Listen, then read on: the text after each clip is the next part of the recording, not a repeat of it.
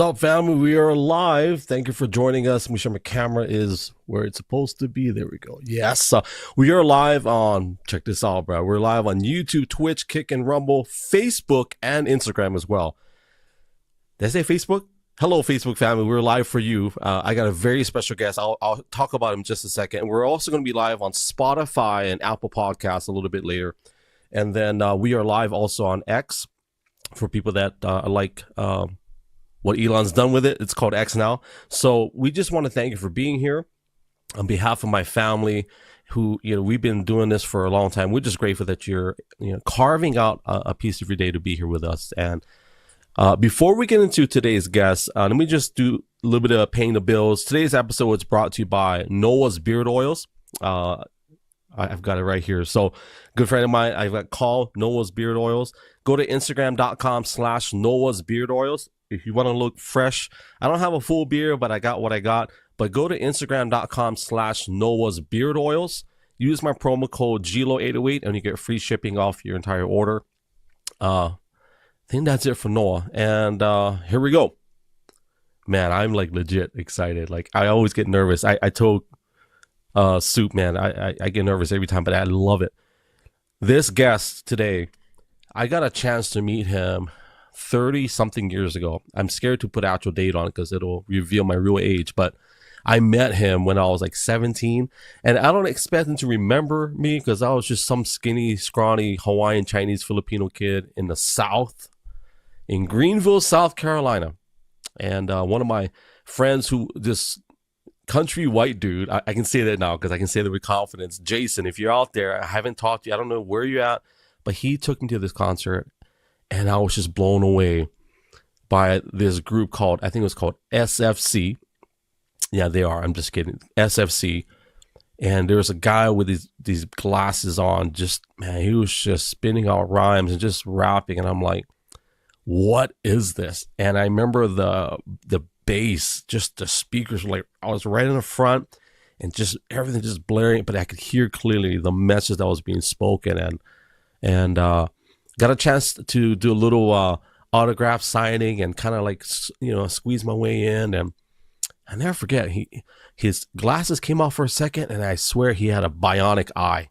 And I didn't tell him this yet, but I swear, man, one of those eyes looks bionic, man. Like this guy he's an android. But anyways, the whole story is that it was a Christian rap group as how I understood it back then. And I'm so, like, at my age now, I'm blessed that I can say that, wow, this guy's music, his artistry, his craft, his ministry helped me shape not just the music that I listened to, because back then my parents were they were new Christians. I wasn't allowed to listen to Run DMC and all the other groups that were out at the time. And I was able to listen to S.F.C. And now when I look back, it's coined holy hip hop.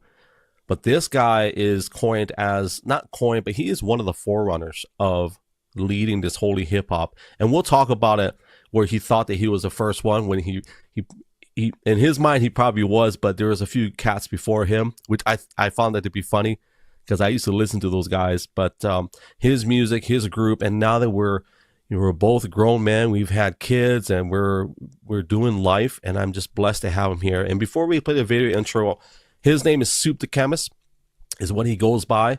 His legal federal name is Christopher, and we'll talk a little bit about that. And I'm going to read a little bit before we go in there. And he's an American hip hop artist considered as a pioneer in a Christian hip hop movement. As a founding member with the group S.F.C, he released 4 albums. As a solo artist, he released 2 albums, Dust and Eargasmic Arrangements, on his own label, Beesyde Records. He's also published an autobiography entitled Through My Windows, The History Behind Holy Hip Hop. In 2014, through Dimlights Publishing, Soup continues to stay active, promoting his message by following up with an audiobook of Through My Windows. We'll talk about that. That should be fun. His strong points, well, I won't read that. That's for me. But we're going to talk about life, music, the industry, what is it like now that we're all grown up. And ladies and gentlemen, I present to you Soup the Chemist. We'll be back in 59 seconds with Soup the Chemist.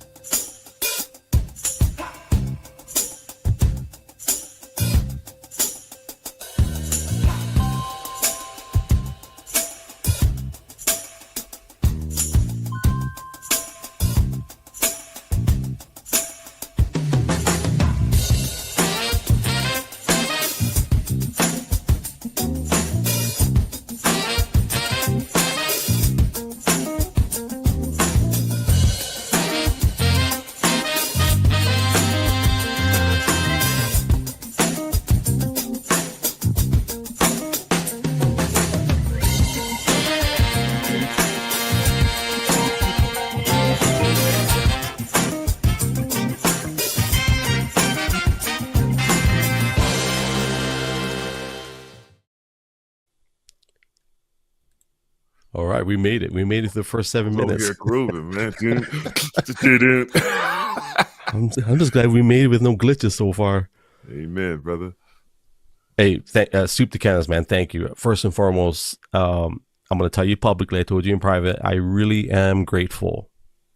I don't know what your spiritual life was back then, but whatever God put you through, He used you to help shape my personal life, my personal walk with Jesus. So I want to thank you for that publicly. And I'm going to say that without emotion because I want to get through the rest of the podcast. But I am grateful. I want to tell you that personally. Thank you for what you did all those years ago, brother. You are definitely legendary in my book. So thank you. Appreciate those words, brother. I appreciate it. Especially, because I never paid attention to what we were doing. I didn't even come into this as wanting to be a Christian rapper. I just was a conduit. So those words mean a lot, and I thank God for using me like that, I do have a beef with you, though. I'll tell you this. Talk to me about it. What is it against spam? Why don't you like spam? I don't eat pork at all, really. Oh, you do? But let me tell you. I don't eat spam, but I've been washed by the blood of the lamb, so I get it. I get it. Well, spam was, that was just the way you would peel that can back. I lost it. I couldn't do it. Yeah. And it never burnt. You could cook it for like an hour, and it just. Oh, I can burn. I can show how to burn spam. It reminds me of that government cheese that would never melt. Yeah. But I know that's a Hawaiian thing, so. Well, you know whose fault that is. That's the American soldiers. They left it behind because they didn't want it. That's my dad was in the Air Force, and that's we ate it a lot. I bet. Tear the bread up. Hilarious, bro. I'll tell you what, if I make it for you with spam, eggs, and rice, I think you'll be okay with that. Yeah. Man, that's funny though, man. I don't even know what is spam, dude. It's an acronym for spiced ham. Okay. Yeah. That's I think that's, and Hawaii at one point was not the number one consumer. I think it was Mississippi at one point, and then Hawaii. I think, yeah, I didn't know that, man. Interesting. So it's funny that you remembered that lyric, though. Come on, man. I don't eat spam, but I've been washed by the blood of the lamb. Oh, I remember that. Okay. I said if I ever get an opportunity, I'm gonna pick a fight with him. Funny, man. There's another one. I can't remember the names, but in one of them it says "ask so and so, ask so and so." I was gonna write it down, so I'm gonna tell Chris. I'm gonna. Yeah, I asked all of them. Yeah. Are those real people? Yes, like family and friends. Gotcha. I want to dive before I'm going to just shoot from the hip if you're okay with that. So when you write, okay, let's go to 1985 or whatever year. What did you write on? Did you write on a notebook? Like, what did you write? Like, how did you write? Anything. I wrote on napkins. I wrote on wood. Because, those thoughts come, I was just write.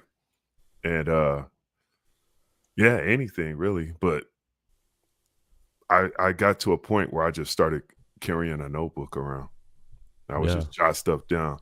And the only reason I even do that because, my memory wasn't that great where I could I was running with cats who didn't write stuff down at all, man. They would just keep repeating it and keep adding to it. And they would write their whole song in their head like that. I just wish I had that gift, but I was one of them dudes that just, I had to write my stuff down, and then I would go back to it and put it in an order. So see, I've been playing music. See, right when I first saw you guys, I was already playing music, but I wasn't that good. I was just, I mean, of course, I'm so young, but one of the things I was telling my wife today, because I was a worship leader for many years, and I just recently led worship. I haven't led in a while, and I was going to ask you about, if you ever missed being on stage, but that's part of the picture. But I felt convicted as I was leading. I said, Lord, I don't want to be looking at an iPad, right? I want to be able to worship you freely. I want to have all the inside of me, right? So when you're rapping, like, how long does it take for you to have it inside of you where you don't need to look at your notes or whatever you wrote? Like, is it something that after you've written it and worked on it, it's already inside of you? Like all those lyrics? Yes and no. We still, I mean, we had, no matter how many times I did the songs, when we were about to go on tour or go on stage, we practice. You know what I mean? Yeah. I mean, no matter how many times you practice, there's times I forget my lyrics on stage, but I freestyle my way out of it, and only, I get away with it because I'll freestyle it and then go right back into where it's at. So it's funny, but yeah. So what's a freestyle cheat code or words that you would use to get back into the groove? I didn't really have a cheat code because my style is, just to make it more personal. Yeah. I'll start freestyling about the crowd, like smart, just wherever I'm at, like the guitar in the back and the sword over there behind your head, that's the way I would do it, and just leave the crowd in a daze, amazed by what's coming from the brain, insane, bro, like here on gLO. In the meantime, your DJ is like, bro, hurry up. Yeah, man. yeah. So, I would just find elements and get back, and that way the crowd's engaged and they don't even understand that I totally forgot my lyrics. They're just excited that you're live in person, man. It was funny. Yeah, man. You never really, no matter how much you practice, you still, something might pull your attention, and then if you really pay too much attention to it, that's when you forget. Yeah. You got to stay locked in. We used to have this lady. She would do our, the lyrics on screen for our church when I was leading. And then one day she came up to me and she was like, "Can I ask you a question? Why is it you always skip the bridge?" And I was like, I just want God's presence to be in a room. I want to give God the room. So, but she knew that I forgot the lyrics, so. To me, man, it would be a lot harder to be playing an instrument, man, because if you mess up, you got other people that you're dragging in with you. Yeah. Me, when I would mess up, I have my my hype man or whoever was doubling with me. They pull me back. It's just. Who's your number one hype man of all the hype mans you've had? Not don't rank them, but like, let's say, hey, from my man QP, rest in peace, man. I mean, that was my guy. He was just on point. What was the last album? Did he do all the albums with you? Nah, he was actually only on Phase 3. See, that's on my playlist right now. Phase 3. He was just on that album, but man, we toured so much and did so many gigs on that album that I think we were on tour for like 2 years straight, man, just rocking. Do you remember Greenville, South Carolina? I sure do. It's in the book. That's the first place I had cheese grits. So that's the first. Tim Bachman is who brought me there. Who's that? Who's Tim? For those that don't know, he was the pastor of a church and the promoter, and it was hilarious because the only black people was me and QP, man. When he first brought us out there. And we walked in that church, man, and rocked them white folks, man. And after that, I became like this dude's best friend. He was bringing me out there all the time. But I remember going to the Cracker Barrel and rest in peace, Cracker Barrel. Yes, that was the place I had. First time I had cheese grits, and I haven't been the same since. I throw shrimp in there now with it. Mm. I love bacon, and I'm from Hawaii, so people in Hawaii are like, what the heck are grits? I'm like, trust me, if you eat it like bacon, eggs, and grits, that's my thing. Grits, man. Yeah, I've always been in love with grits, but I never had them with cheese until Greensboro. I know deep down south, Louisiana, they love their cheesy grits with shrimp and that. Oh Yeah, yeah, man, that's a yeah. thing. That's a thing. Did you? So Is he the one that? Is that the gig you're speaking of? I probably what I do remember. Here's a funny. I don't know if you remember this, but I think the one I went to was at a high school. I think in a And yeah, football field, and yeah, that had to be him. and a bunch of white kids. And I look. I'm a grown man. If anybody wants to pick a fight with me, go ahead. I don't care. But dude, there's a bunch of white kids. All my friends. Nobody knew how to dance, and everybody's doing the Running Man. You know, the MC Hammer. So I figured, Yeah. I'll join in with them because I don't know how to dance either. Yeah, that brother Tim was a deep brother, man. 'Cause Yeah. when I say, man, he took us.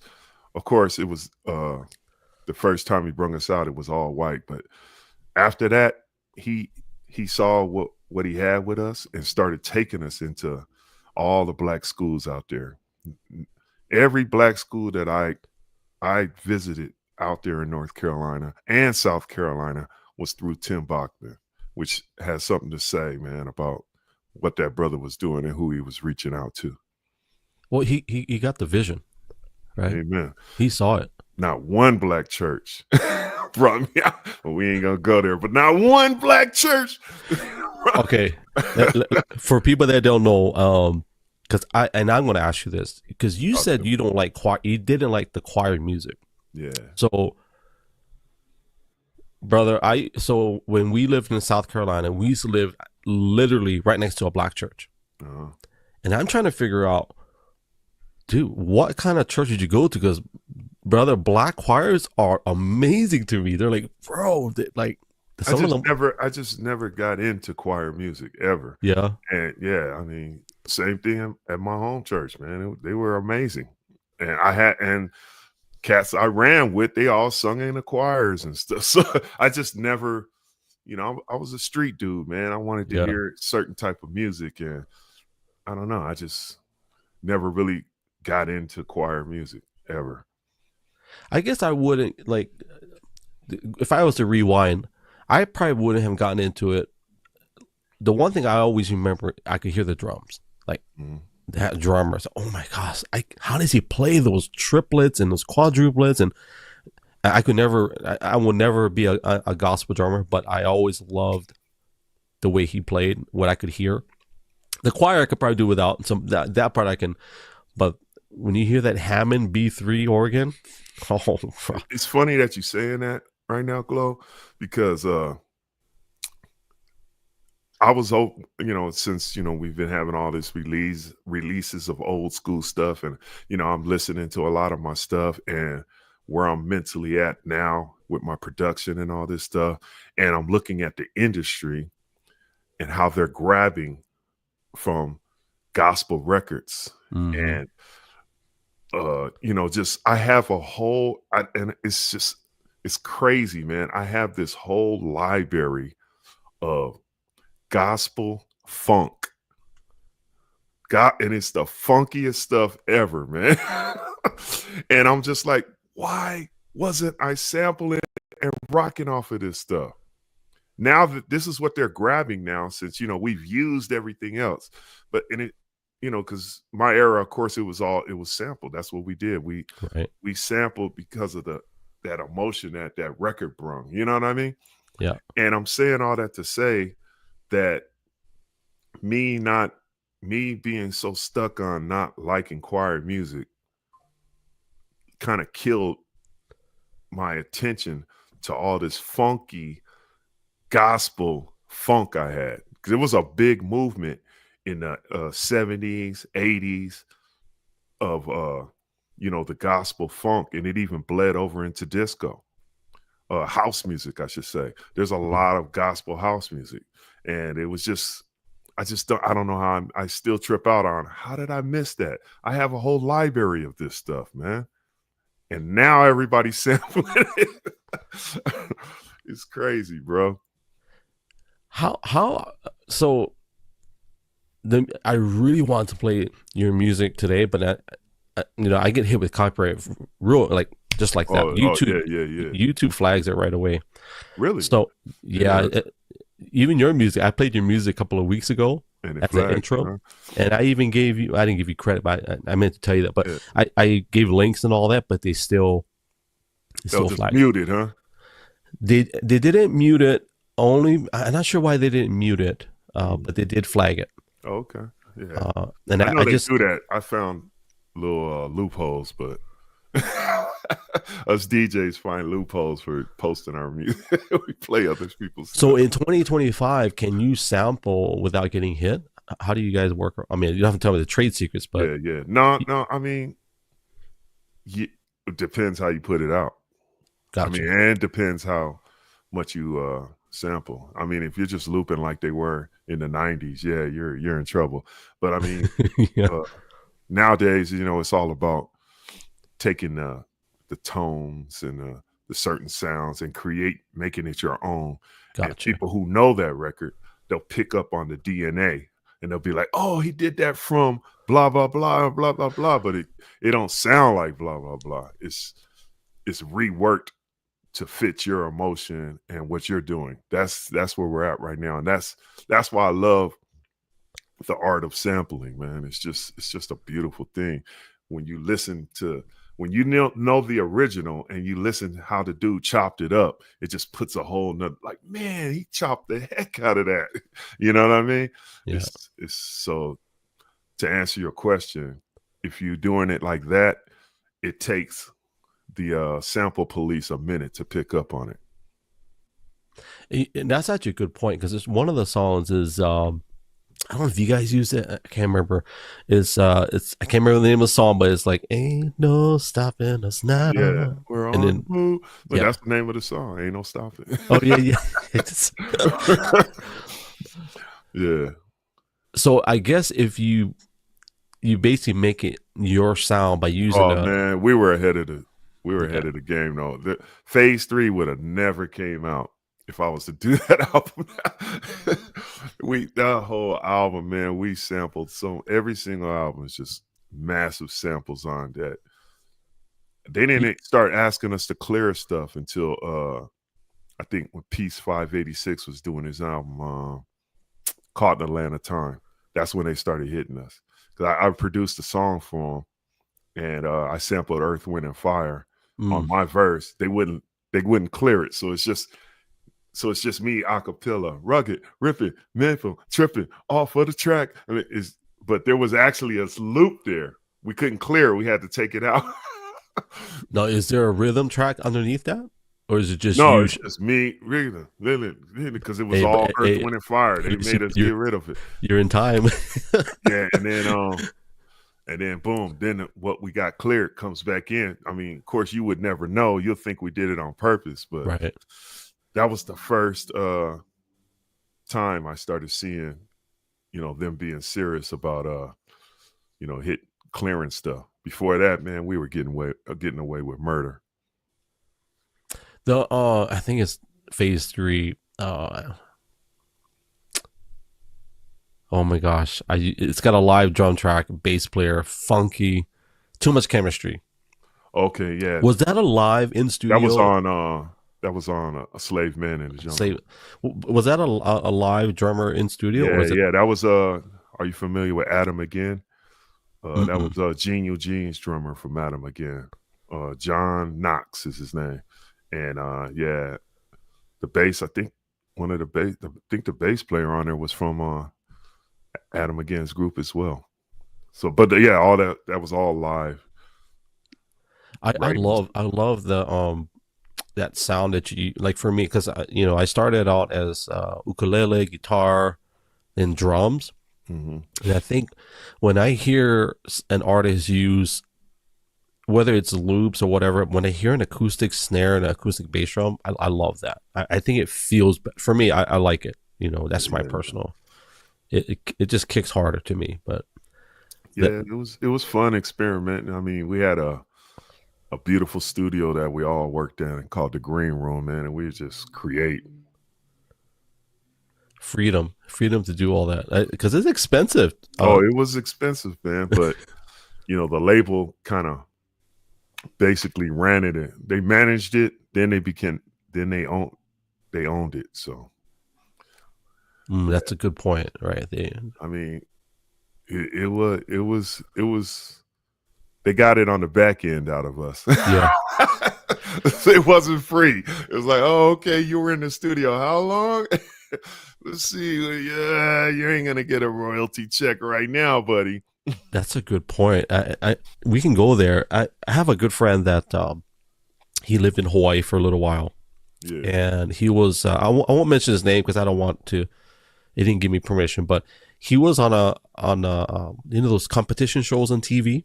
Mm-hmm. I won't say which one, but anyways, he ranked up pretty high, and then he ended up moving to Hawaii. I met him, and he ended up moving to. He's actually from the East Coast, and he ended up moving to Nashville. Mm-hmm. He ended up getting a record deal through, I think, Sony. I think it's Sony Columbia now, or I can't remember. I think they merged. Well, I think it was Sony, not Sony. Well, whoever it was, whatever it was a big label. So they sign him on a nice contract. Then they fly him to LA, and he basically sits in the studio, and he just writes and writes and writes. And I remember one time he called me. He said, "Hey, I'm going to be in Hawaii. Can we hang out for a little bit?" Yeah. And he was so burnt out, brother. Mm-hmm. Like, he had, huge contract, money, they give him a credit card to go shopping, whatever he needs, don't have to worry about money. But he was like put into like literally a lab to just write, and had no interaction of anything, just sitting there. And he's like, I got to get away for a few days. Yeah, man. I know a lot of cats that write like that, man, but I couldn't do it. I always used to go to my special spot was the beach. I just love to write at the beach. I don't even need music. I would just sit there and write at the beach, because to me the ocean was just amazing. How it's like to me, that's where I saw the move of God the most, when I go to the ocean, because there's more water than there is land. But yet that water comes and it just stops and returns. Then it'll come. It's like it wants to hit us, but it can't. It's just, and to me, that was just the whole gravity thing. It was just amazing to me how that's just, it's amazing, man. And when I sit there and look at that, it just opens me up mentally, man. I just love to just write at the beach, man. So I would never sit in the studio, but I would find a beach no matter where I was. And you're in the Oakland area, LA area? Now I am, yes. No. Yeah, but I'm originally from San Bernardino, which is Inland Empire. That's where I honed my craft at. I got a good friend on social media. That's where she's from, and she always calls it the Inland Empire. I still don't know why they call it that. Why? Inland Empire. But why do they call it that? I'm just curious. Man, that's a good question. I don't even know, man. I mean, we just made it short, IE. IE. And I flipped that even. I use IE as International MC. That's me. Going back to the ocean, I obviously I'm born on an island, and I agree. Yes, sir. There's something powerful. The fact that God can, just the movement of water. Just the movement of it, man. There's living creatures out there. There's just so much that you can't throw no Big Bang Theory on that, man. Get out of here with all that. Just even the moon affects it. You know what I mean? Yeah. The moon, I mean, it's just so many elements, and that ocean, man. It's just the sound of it. I mean, they record the sound and use it to relax you, to put you to sleep. It's just so powerful. It heals you. Just the sound of it. Yeah. You know what I mean? So yeah, that's my go-to. And it's still to this day, when I experience writer's block, like you were saying, your buddy is, that's my go-to. I'm always at the ocean mentally when I'm writing. We have this Google speaker, whenever I miss home, Mhm. I'll just tell, hey, can you play some ambient ocean sound? See, yeah. I mean, coming from Hawaii, man, that's got to be really resonating with you. You're surrounded by water, man. It works for me, but it makes my wife depressed. So Really? she, Interesting, man. she, Yeah. she's like, I miss home. I say, I'm sorry, I'll turn it off. She don't like it. She don't like it. Yeah, I sleep to it, man. Yeah. It's a deep, yeah, the ocean it's deeper than we mentally, I mean, because we see it every day. But if you really put into perspective, like there's more water than there is land on this earth. Was it like 70% water? Is that what? I forget what the number is. Yeah, I forget. I don't know the exact number, but I know it's way more water than there is earth. But yet it doesn't overtake us. Yeah. And no matter what they say, there's a author and a creator and someone that has it all in his hands, right? It's deep, man. Yeah. The system is deep, and when we mess with it, we find out how deep it is. You know what I mean? We mess with it, and then it causes something else, another reaction. Like I was watching this movie not too long ago called Fin, where it was talking, fin. It's, I guess the fin of these sharks is a delicacy to a lot of Asian culture. So they were illegally just killing these sharks for the fins. Mm-hmm. But once the sharks were getting wiped out in certain areas, it wiped that ocean and that whole area out. And there were parts of Africa where they killed all the sharks. No more sharks there. Next thing you know, algae started growing crazy because it just changed the whole ecosystem just by eliminating that one. And is that a mammal or that one animal? Is it a mammal? That's a good. I think they're mammals, but it was just crazy. I never really looked at it like that. Like, wow, man, they removed the sharks, and the whole thing just. So when we mess with the system and God's creation and try to do certain things to manipulate it and do whatever, we take it out of whack, man, and it's our fault. Well, I'll take ownership of some of that. I am probably 20% Chinese, so to all of my Chinese people, stop it. Stop cutting the shark's fin. It was weird in the movie though. They weren't even eating them. Yeah. I know in China it's like a delicacy. What they do is they'll cut it and they'll shave it or whatever, and then they'll make this. Yeah, it was tripping me. It tripped me out, man. I forgot it was some rocker that made that movie, man. That documentary. So it was a trip to watch it, man. I'm all into stuff like that, man. Just look offbeat information because it just ties stuff in, man, that we're not really looking for. You know what I mean? Because we're so distracted with all kind of other junk. Well, it's relevant, I think, right? Most definitely, because that's just one area.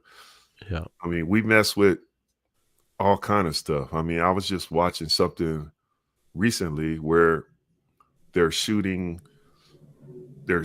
giving something to mosquitoes to kill off another animal or another bug. And now from doing that, they're having problems with another thing now because that bug that they're killing off was killing off another bug. You can't solve the problem.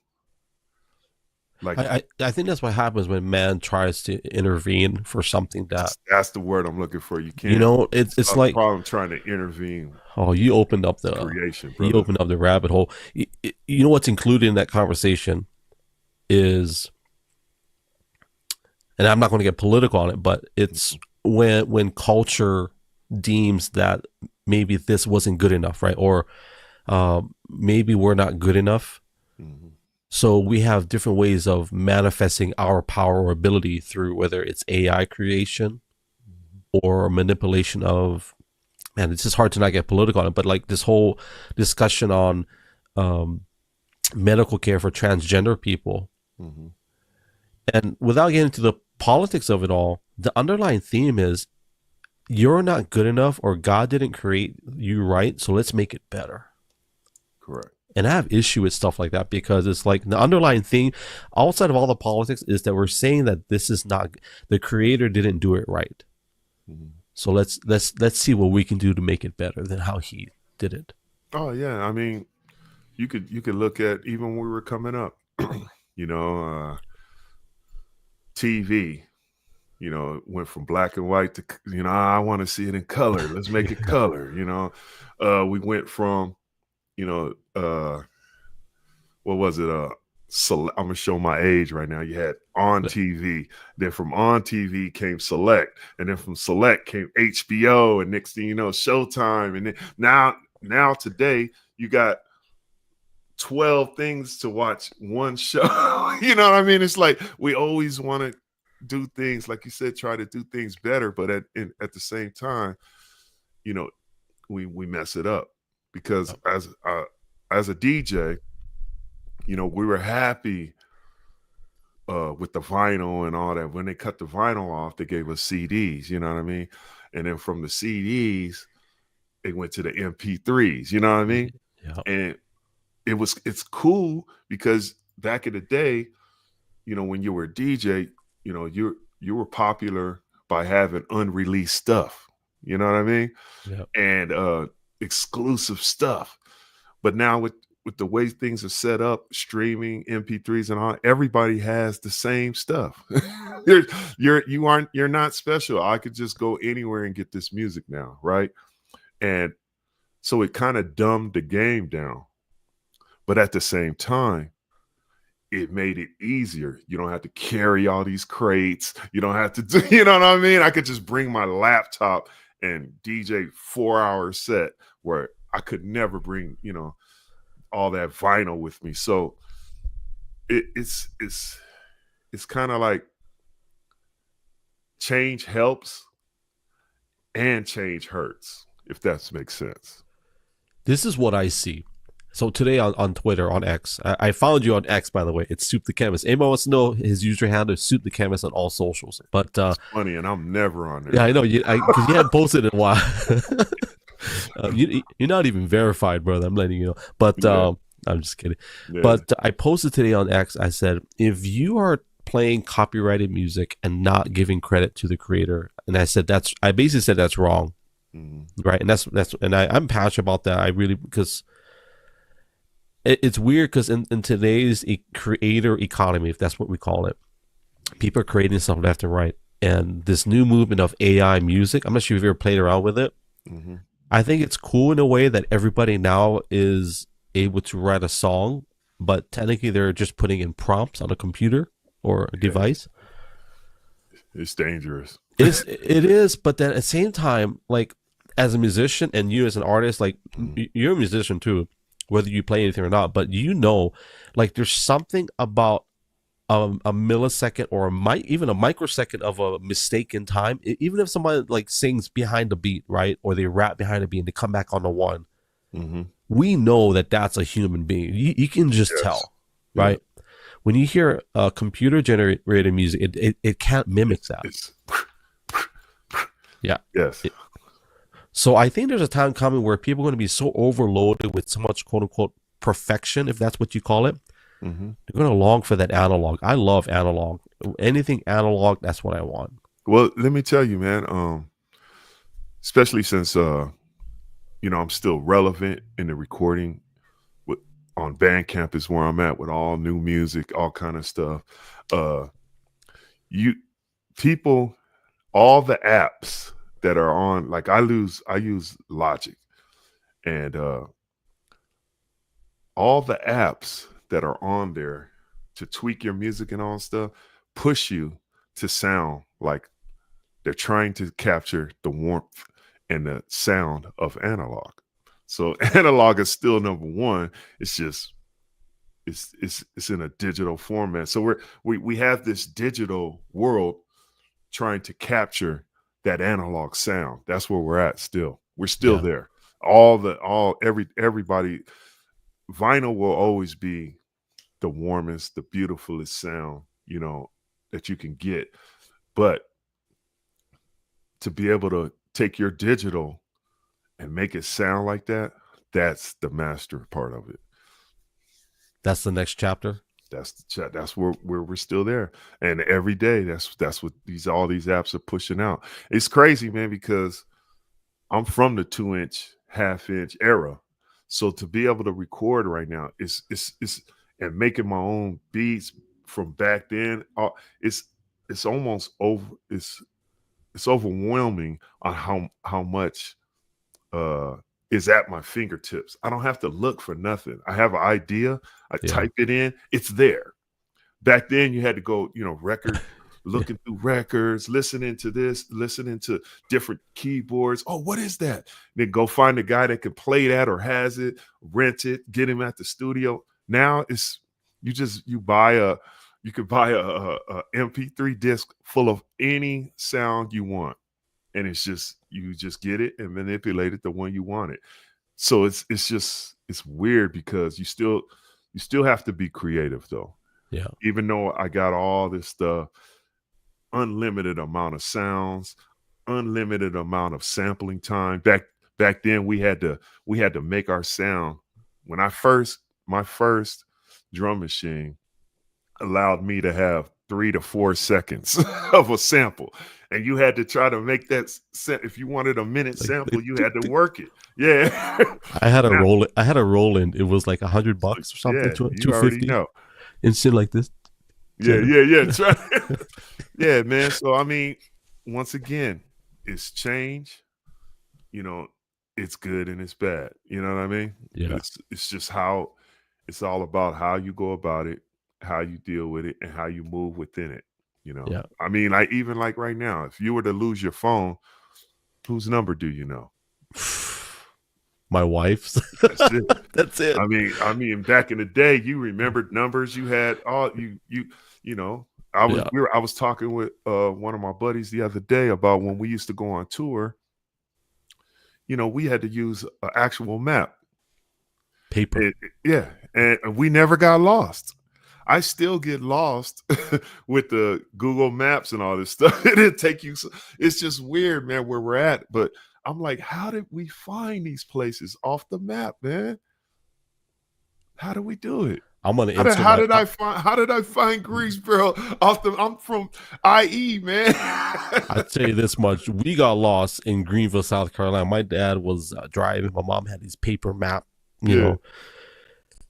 And for some reason, I don't know what it is about us, man, but my dad didn't want to look at he didn't want to look at the map. So my dad said, "I got it, honey. I got it." Yeah. Next thing we know, my dad, we go launching. We're from Hawaii. Okay, we don't have train stations, right? My dad launches it off of this train hump, whatever, this train track, and we're going flying up in the air. We land, and we're like, where are we? So in the South, if you cross the train tracks, you're probably in the wrong neighborhood, right? So we're like, where are we? And my mom, at the time she was naive. She's like, Rudy, turn around. We gotta go. We're in the wrong place. And to this day, I don't know if we was in the wrong place. I just know my dad, he didn't want to look at the map. You know what I mean? He didn't want to look at the directions. And I was a fan of that map, man. Yeah. It's just weird though now because I talk to my nieces, nephews, my son, and all that. I don't even think they sell those things anymore. They're like, what is a map, man? What are you talking about? You talking about Google Map? Or what are you talking? What is this paper? What is this paper stuff? I don't even know if they sell them anymore, man.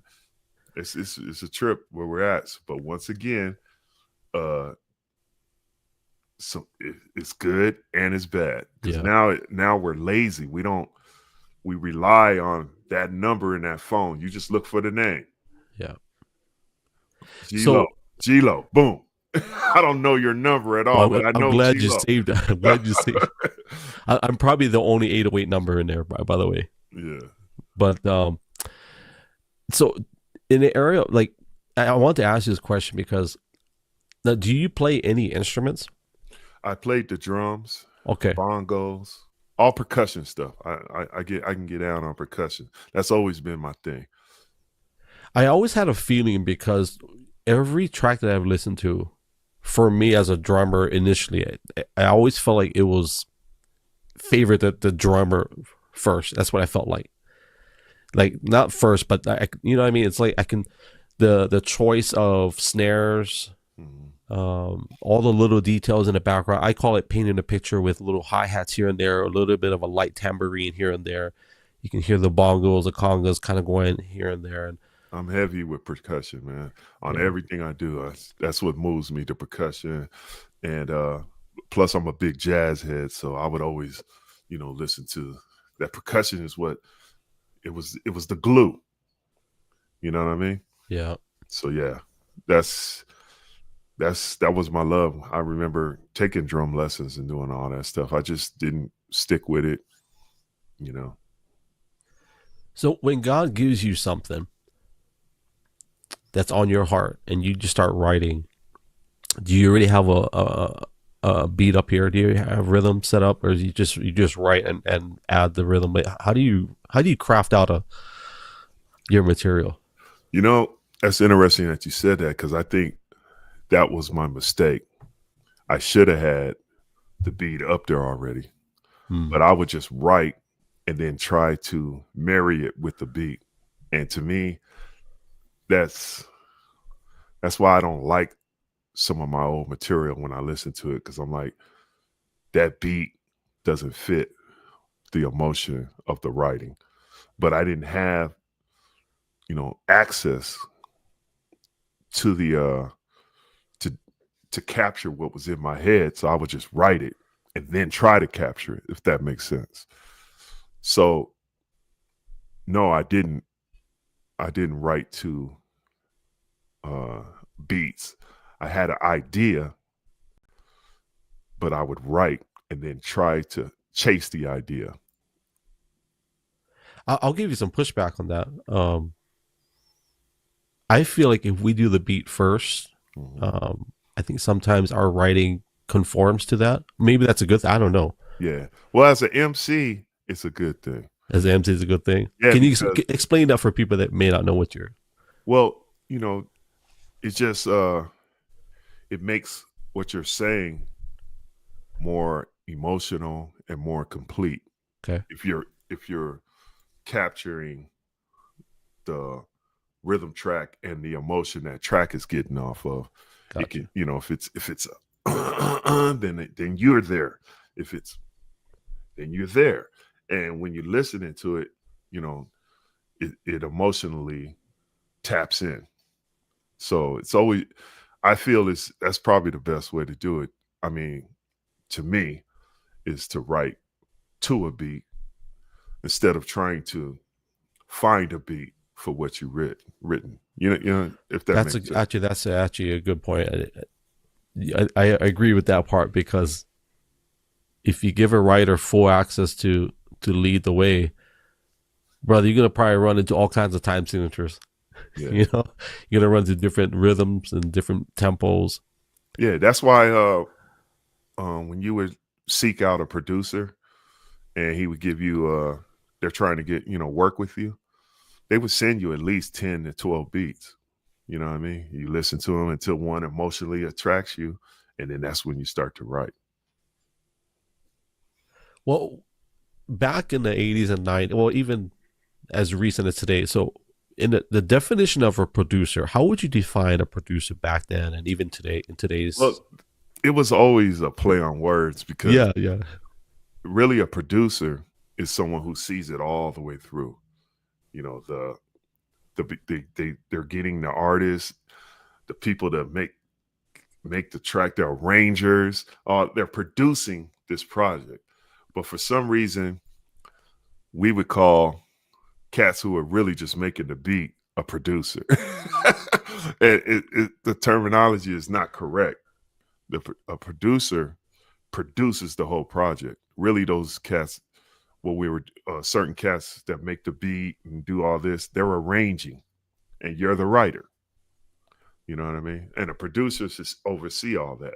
The producer should be involved in the mix down, the mastering. That's the whole thing. You know what I mean? So yeah, to to be confused and question that is perfectly normal, because the terminology is not correct.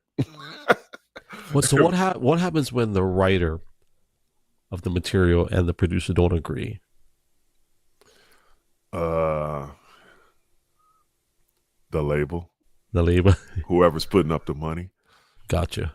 Because if you're just a writer, you're the artist, and they bring in art. I mean, there's stories where, you know, they're like, no, you're going to rap to that, or you're going to sing to that. I don't like that. It is what it is. And they put it out. And sometimes the artist is wrong. You know what I mean? They'll put it out and it'll blow up. I mean, they're wrong as far as it being popular. Maybe because popular isn't always good. Right. So I can understand the artist part, because the song is probably garbage, but the producers and the label, they know what they're going to do with it, because we all know that, you know, garbage sells. So, and it's a business too. It's a business. Right. Yeah. So they, you know, they're looking at it as from a marketing aspect and the business aspect. They're not looking at it as art, creativity. That's not, you know, their concern. That's tough. Dollars. That's tough, because they got to make a return on investment. Mm-hmm. But you're the artist that you want to put out something that's legit, real, right? I'm not going to drop names, and I've heard you drop names before, but I can drop names today. But there are some artists growing up that I knew that they could have written better, right? But it was so simple. Like, I don't know what term. I heard you use a term. I don't want to say bubblegum rap, or what was it? Gumball rap, something silly. But basically it was like, man, I don't want to. I'm not here to talk bad about anybody, but it was like nursery rhymes, you know. But it was. But at the same time, it's, you know, it's hard to. I mean, of course, I'm an artist, so I'm gonna talk head. But music is like food, man. True. Like, not everybody likes Spam, but there's a bunch of people that like Spam. You dig what I'm saying? Yeah, there's a lot of us, brother. I had to throw that in there. But, you know, it's like, but does that make Spam not good? No. Just because that song is totally horrible, that doesn't mean it's not good. It's just totally horrible for me. You know what I mean? And over the years, I learned that music is very personal and emotional. Some people, they don't like the intricate, you know, lyrical stuff. They don't like. They want it simple. You know, that's what they want. Yeah. And on top of that, the labels, they can push it without you. Here's a good example. Have you ever heard a song and said, man, I can't stand that song, and then a month later you're singing that song? Oh yeah. This is the game. They know how to work it. If I keep feeding it to you subconsciously, it's gonna be in your head, even though you don't like it. You know what I mean? Yeah. So they know how to push the garbage, which to me, that is the more important conversation. Why don't you make it an even playing field? Push the garbage and push this too. Let the people really choose. Don't put this up front and this back here, where, you know, if you walk in the store, whatever's the first thing you see, that's what you're gonna grab. You dig what I'm saying? You know, it's a lot of the music I listen to, like you said, now that I'm older, I'm like, man, I actually listen to that stuff, you know. But yeah, man. But you know what? In that season of my life, that was important. That's where you were at. So music is personal and emotional. And some of those guys, they paved the way for people today. So there's plus and minuses to that. But part of me is sad when I know that God bless you immensely. I know that. Like, And one of the things you said, that you may not have made your Google billions and billions of dollars, but what you gained was wisdom. Mhm. But I do like, there are some things that I've seen where, like, now today is different. Today, I think the playing field is much different. You can, as an artist, you do it yourself, and you have probably just as much open playing field as anybody else if you market yourself, right? Correct. Or it's probably not as lucrative as, Columbia Records signing you The 100 machine million. behind you, yeah, but Yeah, it doesn't have to be lucrative though. And true. here's a perfect example of that, of what I mean. I the platform I use to sell my music and get my music out there is if I sell 20 copies, that's something like 30,000 streams. I don't need the big audience. Those do, and then to stream, people don't tell you this, but you have to go with a distributor. That distributor charges you a yearly fee. Then when you put your stuff on any one of these streaming platforms, they charge you. Mm-hmm. So even the money out of that 30,000 streams that you got, which might be about $10 or whatever, you got to break bread with that $10. I saw the math, before you because get that. one of them I saw was I probably got the zeros wrong, 0.0003 cents. Yes, yeah, it's horrible, but they've created this. The record industry found a clever way to still stay in charge. Yeah, because that's where everybody hangs out, on Spotify, on all these other platforms. That's where people hang out. They don't buy music anymore. They rather just tap into something, and everything they want to hear is on that playlist or whatever they could do, versus really supporting an artist like we used to do. right. But even when we used to do it back then, the machine controlled all your distribution centers, how the record stores so you couldn't get your stuff out without dealing with them. It's the same thing today, but it's digital. Where there is beautiful platforms, like the one I'm on, I think is the best for And that's independent art. Bandcamp, right? Bandcamp is to me, because it's just straightforward. They take 15% and you do what you want to do. That's it. 15%. Wow. And then they have but it's all you. Brother, that's actually pretty amazing, because and then I saw that you can purchase through the website, so that 15% is all the way across the board. Basically, you're paying to use their platform. Gotcha. And their platform is amazing, because not only that, people, they don't have to give whatever you post. Like I've put up for free, I think I put up 3 chapters of this audiobook that I have.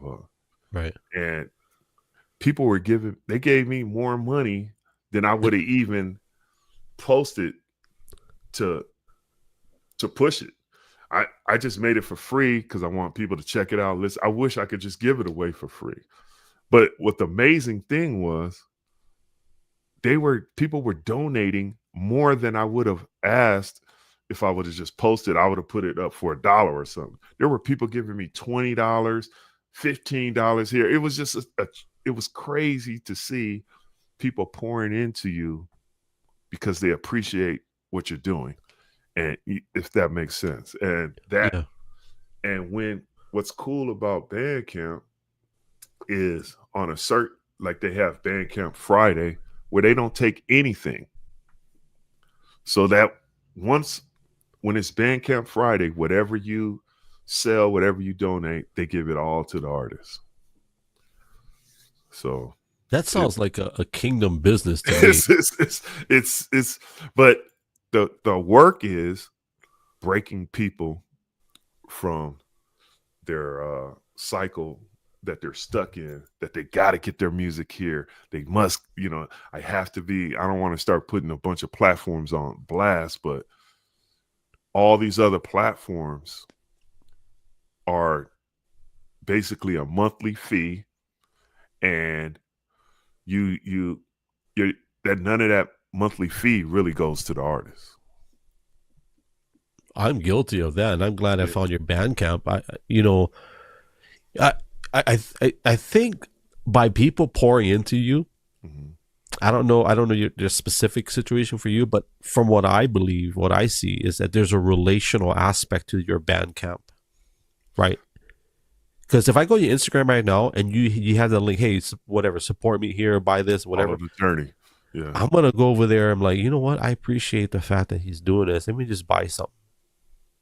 Yeah, even hang out. It's such a beautiful platform, but it's just the mindset people are in that they have. If it's not on Spotify or any of these other platforms, they're not really checking for it.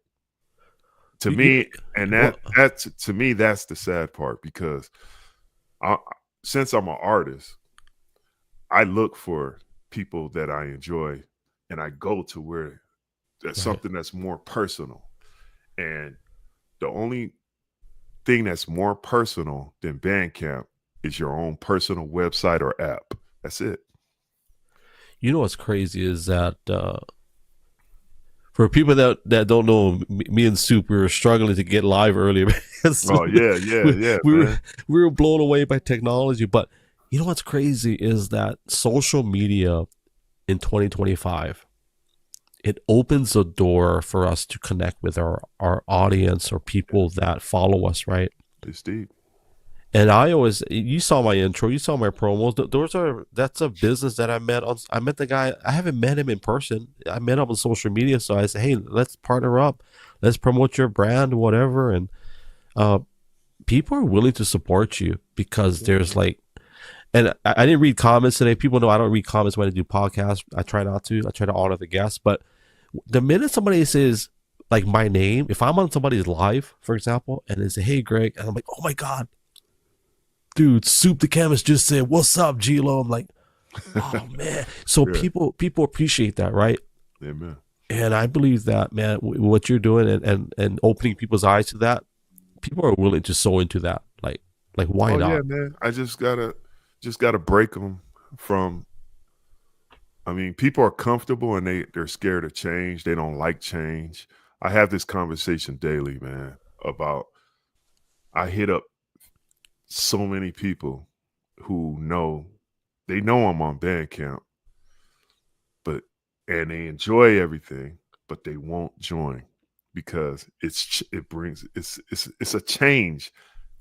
They don't want change. Yeah. You know what I mean? They want to stick to their playlist. They want this, they want their eggs like this every morning. Don't put no cheese on my eggs, man. No, this, and they just, that's where we're at. So it's a constant, come on. And then once they come over, they're like, oh man, I didn't even know you were doing all this. Yeah, I've been telling you for like a year and a half. Come on, you know what I mean? It's just a trip, but that's the downfall of being independent and doing your own thing. This is the work you have to do. If you're with a machine, they do that for you. But as an independent artist, this is the work you have to do. But it's way more rewarding because as what sparked this off is numbers. I don't need the numbers. What you do with 100,000, I can do with my 20,000. And it's more enjoyable. That you was talking about that. I don't know if you remember, there was this interview that Prince did. It's an old video clip. And I forget what talk show he was on. And he basically exposed the industry. Correct. I don't know if you ever heard that video, but he talked the interview asked him about Mariah Carey. Mm-hmm. Prince starts spinning out numbers, right? How many records did she sell? 60 million. And so they asked, how much was the record contract for? The guy said 20 million. He goes,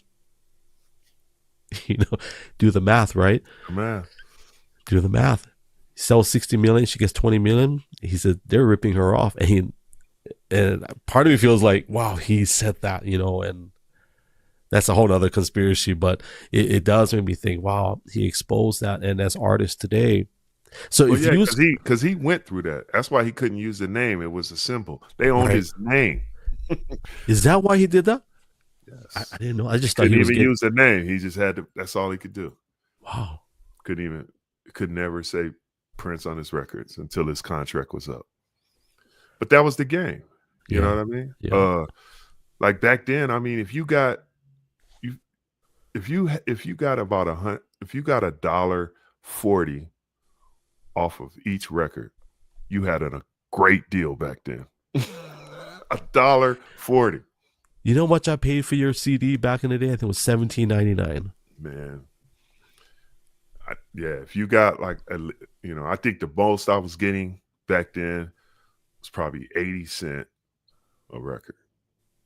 How many people were in that pie? That's crazy. Everybody, especially when you first, your contract, and that's why they would lock you into like 3 or 4 years. You're stuck. You make your money off of doing gigs and all kind of other stuff. Then you had to deal with managers and all. It's just, the industry is a trip, man.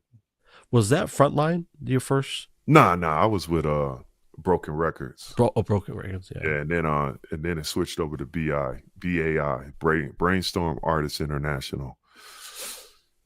But we're talking mainstream. The Christian market was just probably 10%, 15% of the mainstream, and then out of that 15%, holy hip hop was probably 3%. So, For people that don't know, describe in your interpretation. Now, don't give us all the details because your audiobook's coming up, but explain to people holy hip hop. How would you describe holy hip hop? So describe it or tell you describe the beginning of it.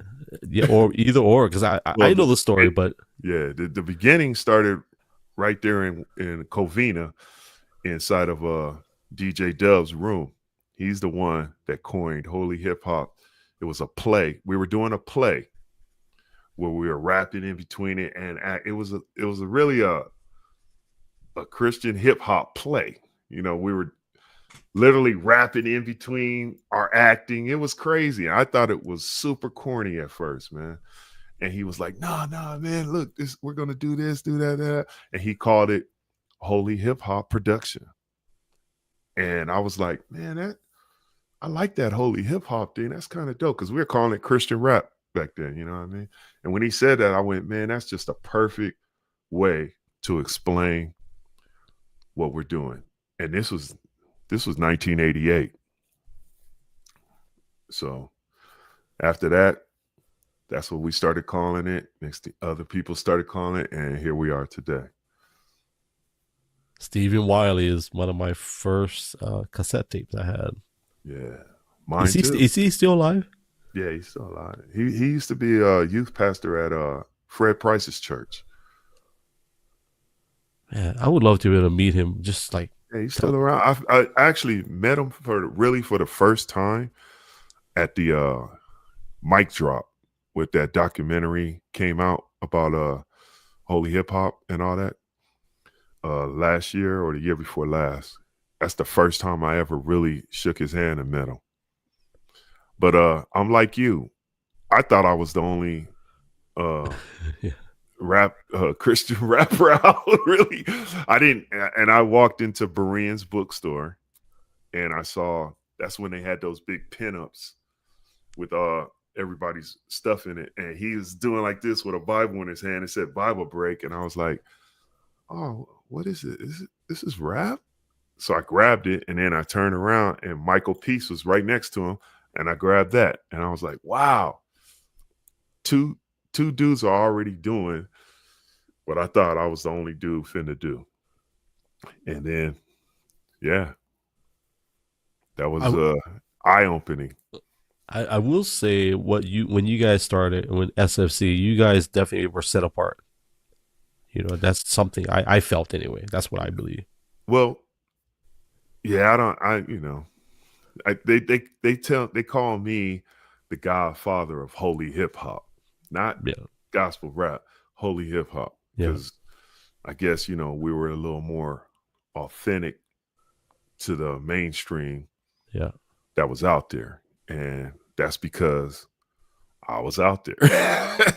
I mean, before everything I'm doing is basically God just took it and put his stamp on it.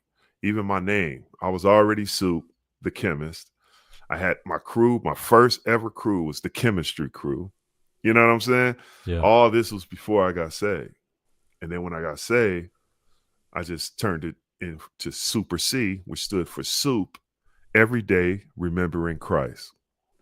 So all God did was grab what I was doing and put himself inside of it. You dig what I'm saying? What was up with the acronyms back then? Oh man, it's still around. It's still around? It's a hip hop thing. Yeah. Hip hop itself is an acronym. You know what I mean? It's just I think even it bled into some of the 80s rock era too. I got a chance to meet for the first time one of my favorite Christian rockers of all, Striper. We met them in Portland. We did he went to my wife to the concert. All my kids love Striper, this, and we paid extra for the meet and greet. And I didn't know that the name was actually an acronym.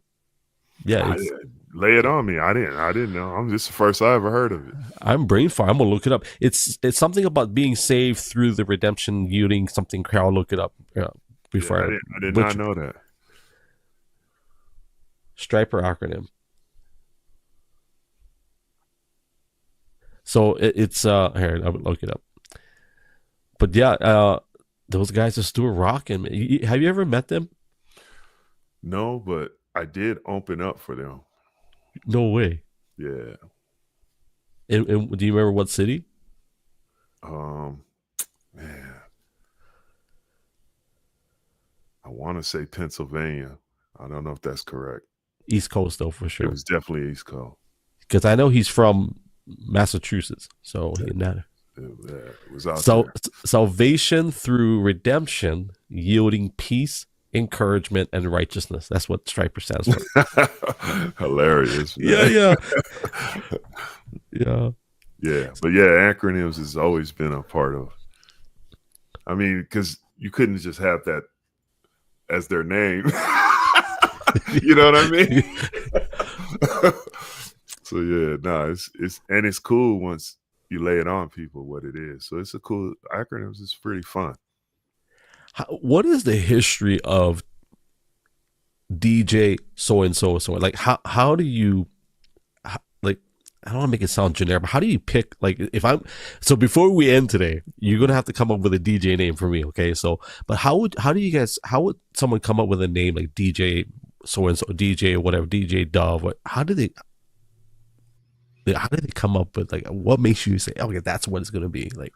Well, that once again, that's a personal, emotional kind of thing. Yeah. Some dudes' last names, family member, vibe, TV show. I've talked to so many DJs that, where they pulled their name from, it's never it's not a concrete thing. Yeah. It's definitely not. Like, to this day, I don't know why my DJ called himself Dove. DJ Dove. That's what I was going to ask you. I don't know. Was he a peacemaker? Or? I don't know. I never even asked him. That's funny. I don't know. We should find out, dude. I should, because my first, when I was DJing, I had I went by DJ Slice. With a Y or I? Slice, like a regular, like a slice of cheese or whatever. Yeah. But that's because, I was cutting, I was slicing, what I mean? That was my connection. And then once I outgrew that, I just went with Soup. But yeah, there's even, I think on my Listen Up album, I actually said it. yo, Slice, cut up the beat. I was talking, you know, and what they call it when you talk to yourself, and what's that word that I'm looking for? You know what I'm talking about, right? Yeah, When you talking,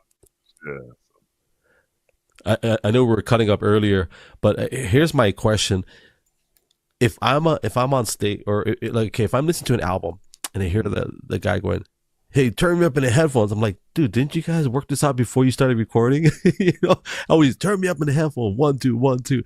And I'm like, but it's a play. Yeah. Yo, turn me up, trying to get you mentally in there in that studio with me. Do you miss the live aspect, being on stage, a tour? Do you miss that? I do. Yeah. It's a deep connection, man. Especially when you're in front of people who have already connected with you, and now they're watching you rock it, and they're rocking it with you, and you're just feeding off. Yeah, man, that energy and that connection it's unexplainable, you know? Yeah, so I do miss it. Recently, I think the last kind of emotional packed gig I did was with Flavor Fest out in Florida with Urban D and his church. That Flavor Fest, he brung me out, man. It was amazing to see how many people came out to support me at that. And, you know, they had their CDs with them, all the albums, and, you know, just singing the words. And I actually forgot my lyrics. And they got it. They got you. Not only did they get me, I played it off so hard, they didn't know I messed up, but the recording was floating around on the internet. And every time I would see it, I would just start like, man, they don't even know I messed up right there. I hadn't rapped that song since it was Gaiety, and I hadn't did that song since probably 2005. You know how crazy and humbling I know you hear it. I know you've heard it thousands of times, maybe more than that. But like when someone tells you, like, "Hey, what you did for me all those years ago," like even I get emotional thinking about that, because even like I love being on stage. I love being in front of people. That's how I don't perform, but that's how I thrive. I need the pressure. That's why we're doing this live. I need the red light blinking in order for me to make sure I communicate what's in my heart. Because if we do pre-recorded, like, to me, it's like I gotta, you know, like you said, we're perfectionists, right? But part of my perfectionist aspect is I need the pressure. I could dig that. You know what I mean? I understood even when you told me that. I'm with it. I mean, that's what it is, man. I'd rather be live than pre-recorded too. But my reasons are probably different than your reasons, because I've done pre-recorded stuff where they chopped me up pretty good. And I was like, hey, man, I didn't really say that. So, you know, but that's funny. I'm with you on it, man. I love talking to people. I love being an open book, you know, because it helps us all grow. I grow and you grow from it. You dig? Yeah. When's the last time do you remember the last time you toured, like an actual tour? Yeah, 2000. Wow. What year was it? Wow, that's 25 years ago. 25 years ago was the last time I did a real tour. Wow. Yeah, long time. But I'm in a different space now, and my goal with this audiobook and everything coming out is to start getting out there, but on another, I want to speak. I want, you know, not just be out there, you know, rapping. I really want to speak. I want to connect. I want to talk with people. I want to challenge people. I want to have dialect. That's my goal. And that's what I'm hoping comes out of this audiobook. That's where it starts, brother. Amen. You know who's doing that now? Because like what you and I are doing right now, this is what we call long form content. Okay. Right, the world has enough of the 30-second clips. Like right now, if you go on TikTok, if you go on Instagram Shorts, you got 30 seconds before people are like, okay, I'm done with you. Correct. They'll swipe. Correct. What we're doing right now is we're giving people an opportunity to sit in our living room and just listen. hang out. Correct. Now imagine where you say, hey guys, starting 6 months from now, we're gonna do a short 3-month tour. We're gonna be in your city. Mm-hmm. And we're going to deliver what you've been listening to. Correct. People want that. I'm going to allow you. I'm going to have a segment where you could talk to me and let's talk. Jordan Peterson. I'm not sure if you know who he is, but he's doing that.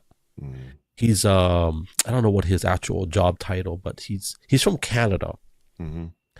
I don't agree with everything that he talks about, but he's doing something right because same thing. He does public speaking engagements, but it's all fueled by what people see him on the internet, through his books, through his podcasts, his TV shows. I think podcasts gives people an opportunity to sit with you for hours, right? Yes. And the fact that if you're going to be in their city next week, dude, that's powerful. Yeah. So that's what I'm hoping for, brother. I'm just praying God to open up the doors and allow me to, speak to people, because I'm very moved, and it gives me strength and encouragement when I hear words from individuals like you, because as you know, we made a lot of waves, but we didn't benefit financially. So at times, and then now you look at where hip hop, gospel hip hop, holy hip hop is. These dudes are financially killing it. You know what I'm saying? I feel like sometimes I feel like Moses. I didn't get to see all that. I passed away. You know what I mean? Or whatever. Moses didn't make it over there. He knew the promise though, and he pushed it. And at times I feel like that, because I'm like, man, why I'm not getting out of that? Why are they blah blah blah? And I've never ran across anyone who told me I didn't deserve it. So I guess my material didn't suck, because no one has ever told me that I didn't deserve it in the gospel market or the mainstream market. Right. But they were more like, yeah, I don't really understand. Maybe it's the time you were in. That I hear that. And I'm asking those questions because that's how deeply scarred I was. Like, why should I even care? You know what I mean? Mm-hmm. But when I hear words from individuals like you, I get these emails. I'm constantly getting emails, DMs from people telling me what the music did. That's even more powerful than getting the financial rewards, if that makes sense. 100%. I think it's so hard not to get emotional about this stuff, because this is real, right? Real, but I will tell you this. One, you're still young. Mm-hmm. I mean, you're still old, but you're still, but you're young. Amen. And I think that, this is what I told you in private, I know that God's going to open doors. Mm-hmm. But I think you said it, I don't know how many years ago it was. I watched an old video where you said, I don't want to just, and you can correct me if I'm saying it wrong, but I'm paraphrasing how I felt you said it. Like, I don't want to just put out content just because I can and I'm good at it. Mm-hmm. It has to be what God wants me to do. This is true. That's why I haven't put out an album. And you could put out an album and probably do it 10 times better than anything out there. I believe that. But if that's not what God called you to do at that specific moment, just rap it. Yeah. It's nothing. Yeah. And I mean, this is a perfect example of that, because they re-released Phase 3 on vinyl and on CD, and they were going like hotcakes, man. We put that stuff out when it's still relevant. You know what I mean? That's purpose. There was a purpose in that. Raising a nation that will obey. That was the purpose of that whole album. And say that one more time, please. Say that one more time. Raising a nation that will obey. You know how relevant that is for 2025? Yes, sir. Especially with all the governmental, I won't say political, but the way our nation and all nations. Oh yeah, it's more relevant than I can even speak, because I get into a lot of DM political battles. I bet. And I don't know, man. There's a lot of stuff you can't just say and put out there, Yeah. But I post certain things to create dialect. I know what I'm posting, and it opens people up. They want to attack me, and then I bring them in to me privately, and then we could really talk. All that posting on my page, if you don't want to come and have a real conversation, then you're already telling me you know the truth, and that's it. You dig what I'm saying? Because people don't like to discuss or learn. People talk to you to teach you, because you don't know. They know. And that's the mistake. Once you think you know everything, you have no room for growth. You know what I'm saying? So when I post these things and doing that, I'm opening it up you to dialect.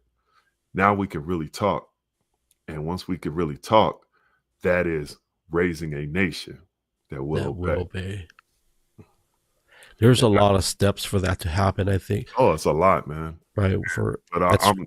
That's what I'm here for, though. That's what I want to do.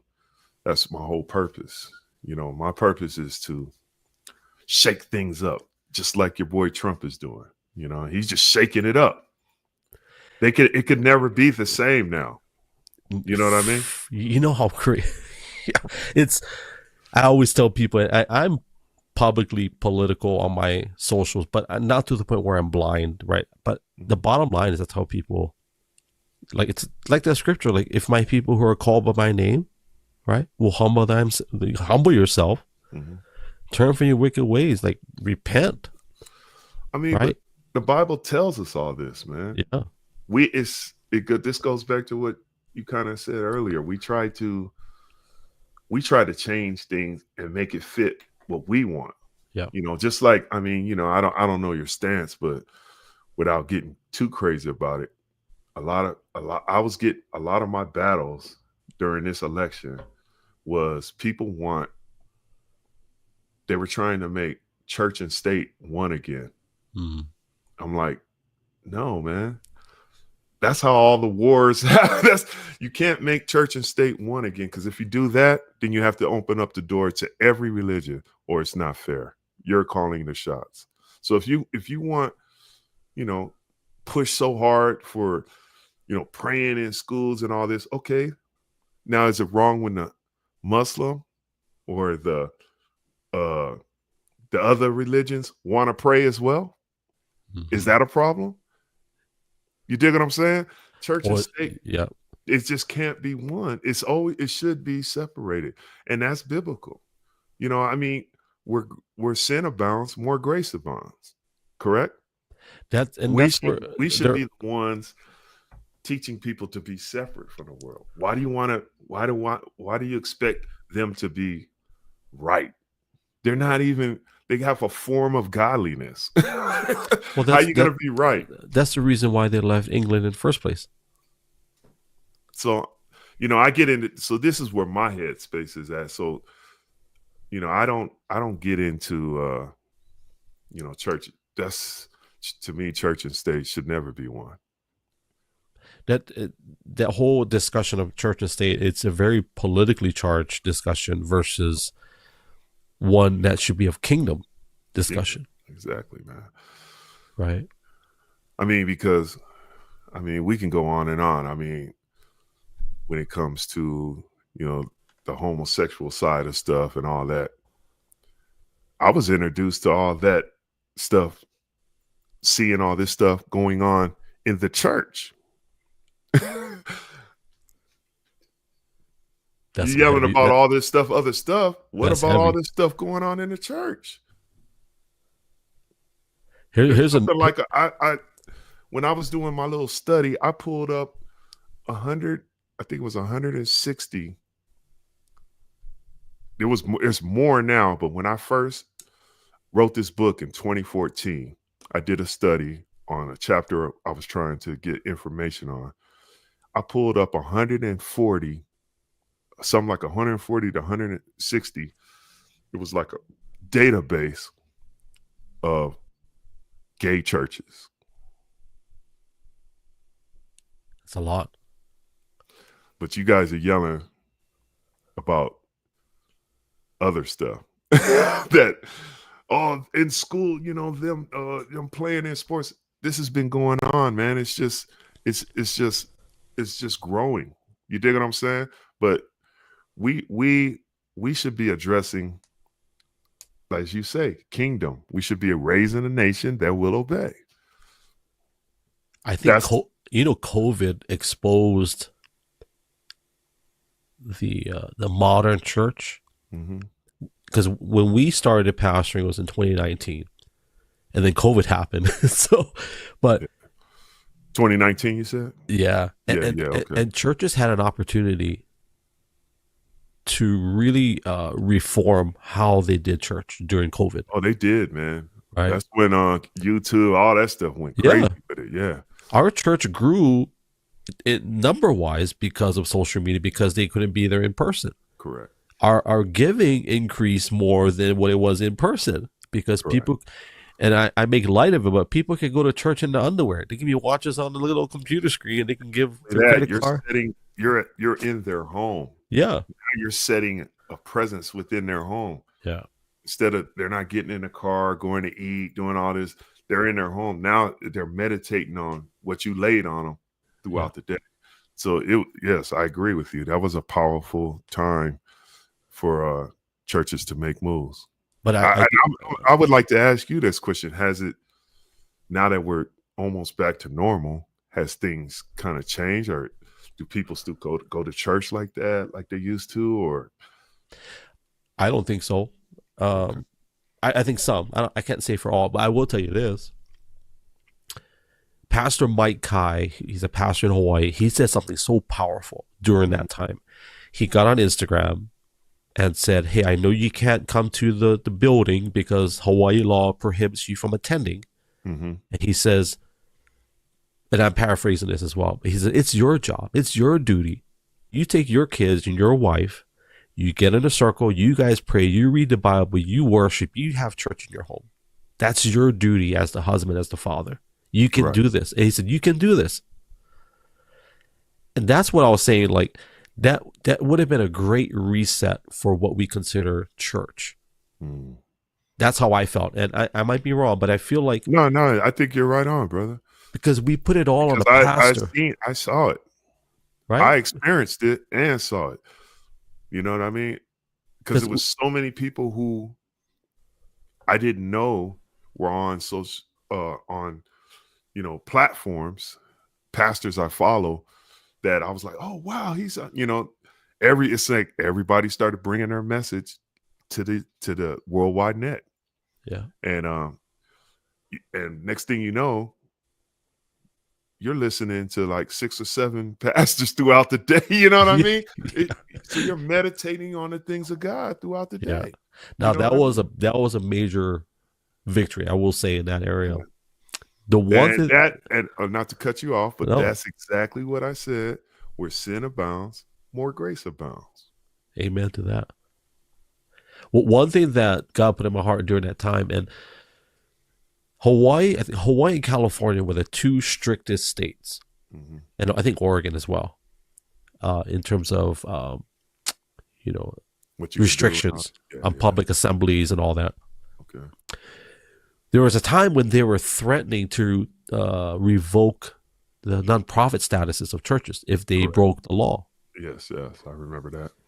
So my wife and I say, you know what, let's look it up. What does that actually mean? Can they actually do that? And they can remove a church's nonprofit status. If you were gathering under this, correct. Now here's where it gets crazy, Soup. Check this out. So we looked up, well, why is a church nonprofit? Because they don't pay taxes, right? So okay. So if I give money to a church, they're a nonprofit. So I know that I can give money to this church. They're following the federal laws.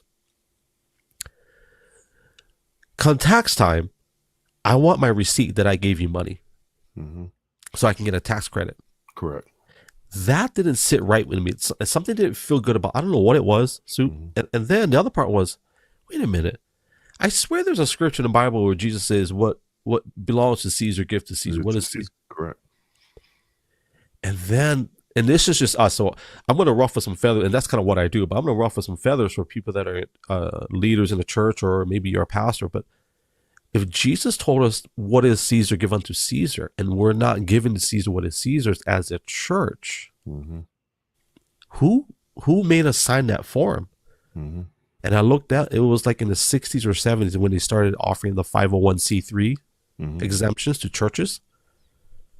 But it all, and family, if this offends you, let it offend you, and you just pray and ask God to give you revelation. But I feel like that was the government's way of getting their hands into the church as an authoritative state, to tell us what to do.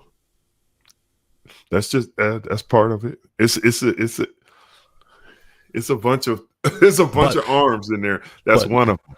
I might be wrong on it, but I just felt at the time that's what I felt like. Wow, so they can tell us, hey, it's a tax loophole thing in there. True, there's something going on with that. But that's interesting that you said that. I never really looked into the.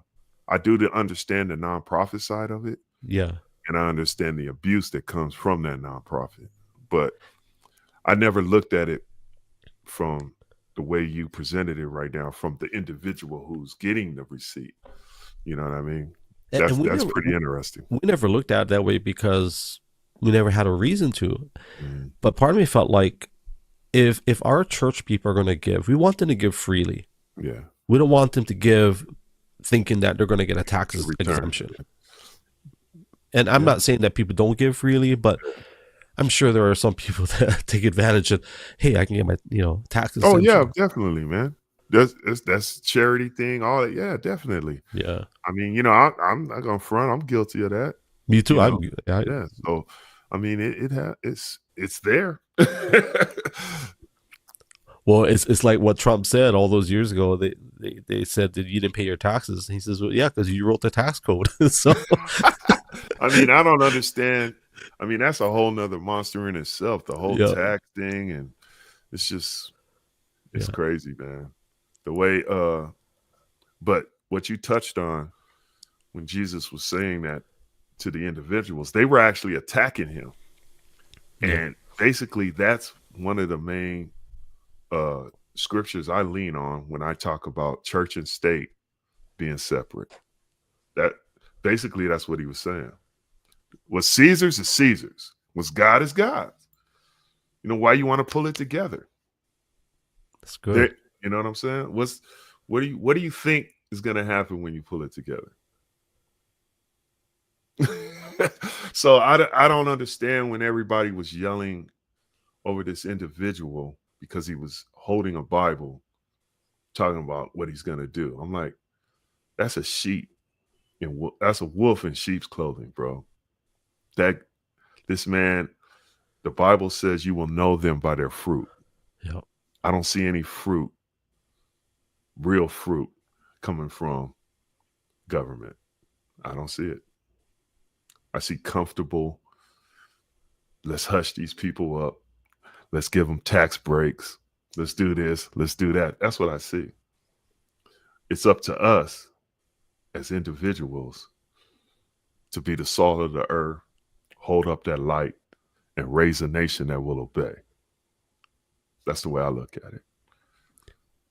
Are you familiar with what they're doing with Doge? with the government? Have you? A little bit. It's kind of overwhelming, man. Yeah, Which is a political plan. If I just keep throwing stuff, a bunch of stars at you, you know, you don't have time to set up. You know what I mean? It's like a boxer. Just, you don't have that time to set up, and that's a perfect strategy. And that's why I don't understand. I don't have. I mean, I'm exhausted, man. This election being just really took a lot out of me, man, to where I'm like, man, I need to focus on other things right now. It is what it is. Let me try to stay in my lane as far as this and that, and not put myself out there so much. But yet, if people come into my circle, they answer my DMs, now we can have it. We can engage. And I'm the type of individual, like if you ask me about that right now I will study what we're talking about to see how to answer it. Because but as right now, I would tell you, I don't know anything about those. I will haven't say looked into it. whatever happens in the White House is irrelevant if you can't even handle your own house. Exactly, brother. And I think a lot of people, like, I try to. I don't follow mainstream media. I just try to pick up wherever I can find it on social media, certain social media, and whether it's true or not. It's like you said, you know them by their fruit. One of the things that got put in my heart was that there is a time coming where everybody's going to be exposed. Yes. And all those that are connected to an evil agenda of whatever, it doesn't matter what party. Who cares what political party? Because everybody can be evil at some point. Everybody can be evil, brother. And those that are still plugged into it, once that curtain is removed, it's going to be two things. God's kingdom is going to advance no matter what. But what I do see is that the evil will eat their own. They'll put their own out there to be crucified. Amen. They will. And we see that happening. And I'm not talking about political line. I'm just talking about you see people getting exposed and nobody's backing them up. Why is that? It's probably because they don't want to be attached to that either. And I think for us as the body of Christ, it's like, be aware, but don't be consumed, right? Be aware, but don't be consumed by it. Yeah. And like I said, to piggyback on that, that's kind of why I had to step back, because I was so engaged in this last election that it was waking me up out of my sleep. You know what I mean? Just consumed with trying to understand and talk to people, and it was just weird how I've never been like that over elections before. You know what I'm saying? 20 years ago, I didn't care who you voted for. Yeah. I mean, I've always kind of cared because I'm a union electrician. So we have to be political because of it's paychecks for us. Yeah. But I'm blessed to be around people who I can have serious conversations about. Like I have a good friend who's a hardcore Republican. Yeah. You know what I'm saying? And, I follow what the IBEW pushes, which is the Democrat, because they lobby for our contracts. Yeah. And talking me and this individual having a truthful conversation came to the conclusion that people, regardless, they follow what benefits them. It ain't even got nothing to do with the party. Yeah. This guy is Republican. It benefits him to be a Republican. I'm a Democrat because it benefits me to be a Democrat. There's a bunch of stuff I don't like they do. But if I want to get it, work in a union contract, I have to. Those are the ones. They're the ones securing our union contracts. If the Republicans were doing it, I'd be rolling with them. Yeah. You dig what I'm saying? Facts. So when we get into this political battles, what's really our motivation? What's motivating us to even come at each other? That's the key, and that's the dialect I like to get into. Like, really, why are you, so loud about this? It's because some of this stuff doesn't even benefit you. You're not even in a tax bracket to enjoy some of this stuff that these individuals are pushing. So really, what is the motivation of your commitment to what's going on? People, half of them don't even know. It's that I wrote on Twitter, on X, I said, don't be so consumed with everybody else's drama that you forget to write your own. And we're so consumed with everything else. Like our house, like, man, I got kids. We're trying to get hustle as well, make side hustle money through merchandising and product things and podcasting, social media. I still got to hustle as well. Like, we've got so many things going on. I don't have time to sit there and like be involved in something that really doesn't affect me directly, right? Mm-hmm. I think Floyd Mayweather Jr. Mm-hmm. Somebody asked him about political affiliations. This is an old clip, but he said, I don't care who's president. It doesn't change one thing about the way I make my money. And this is true. And I thought about that. He's right. Like, but you have to adapt. True. That's true. And I'm going to say that because I am a perfect example of that. What he's saying is true. And if I may, when Trump came into office the first time, he took away a lot of union member benefits. We could write off all kind of stuff if we work 100 miles out of our union, our home union. Everything could be written off. When he came into office, he took that away. And there's a lot of brothers that travel for work. They had amazing write-offs. And then some of the write-offs even bled into their homes because they're not at their home. They could write certain things off. It was just, I know a guy that was able to write almost, I think it was $40,000 a year traveling, right? Trump took all that away. But what he did do is he gave a lot of small businesses and people with a bunch of, it's almost like all those tax breaks that he was giving the union, that the union had, he took them away and gave them to small businesses, right? I saw that and I went and got a fictitious business license and started a small business. Smart. That's adapting. That's kind of what Mayweather is talking about. You see what's going on. Don't sit there yelling about it. Adapt and move learn how they do it. That's what they do.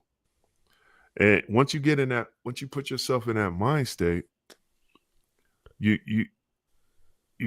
kind of, you're understanding of the moment and the time that you're in. You're riding away. It's only 4 years. You know what I'm saying? And then boom, now you're on to the next. Now you got to ride the rest. That's politics. That's what politics is. It's not a concrete thing. It's I'm in charge this, and then no, now I'm in charge. Now I'm in charge. You know what I'm saying? We've been going through this. I mean, how long have you heard that we are broken in a deficit? How long have you been hearing that? Since I was born. Now, tell me this. Now, this is the question I want to ask you, gLO. How many people do you know that are broke that can loan you money? How many people do I know that broke to loan me money? Zero? But yet, we've been in a deficit for how long? But yet, we loan everybody money.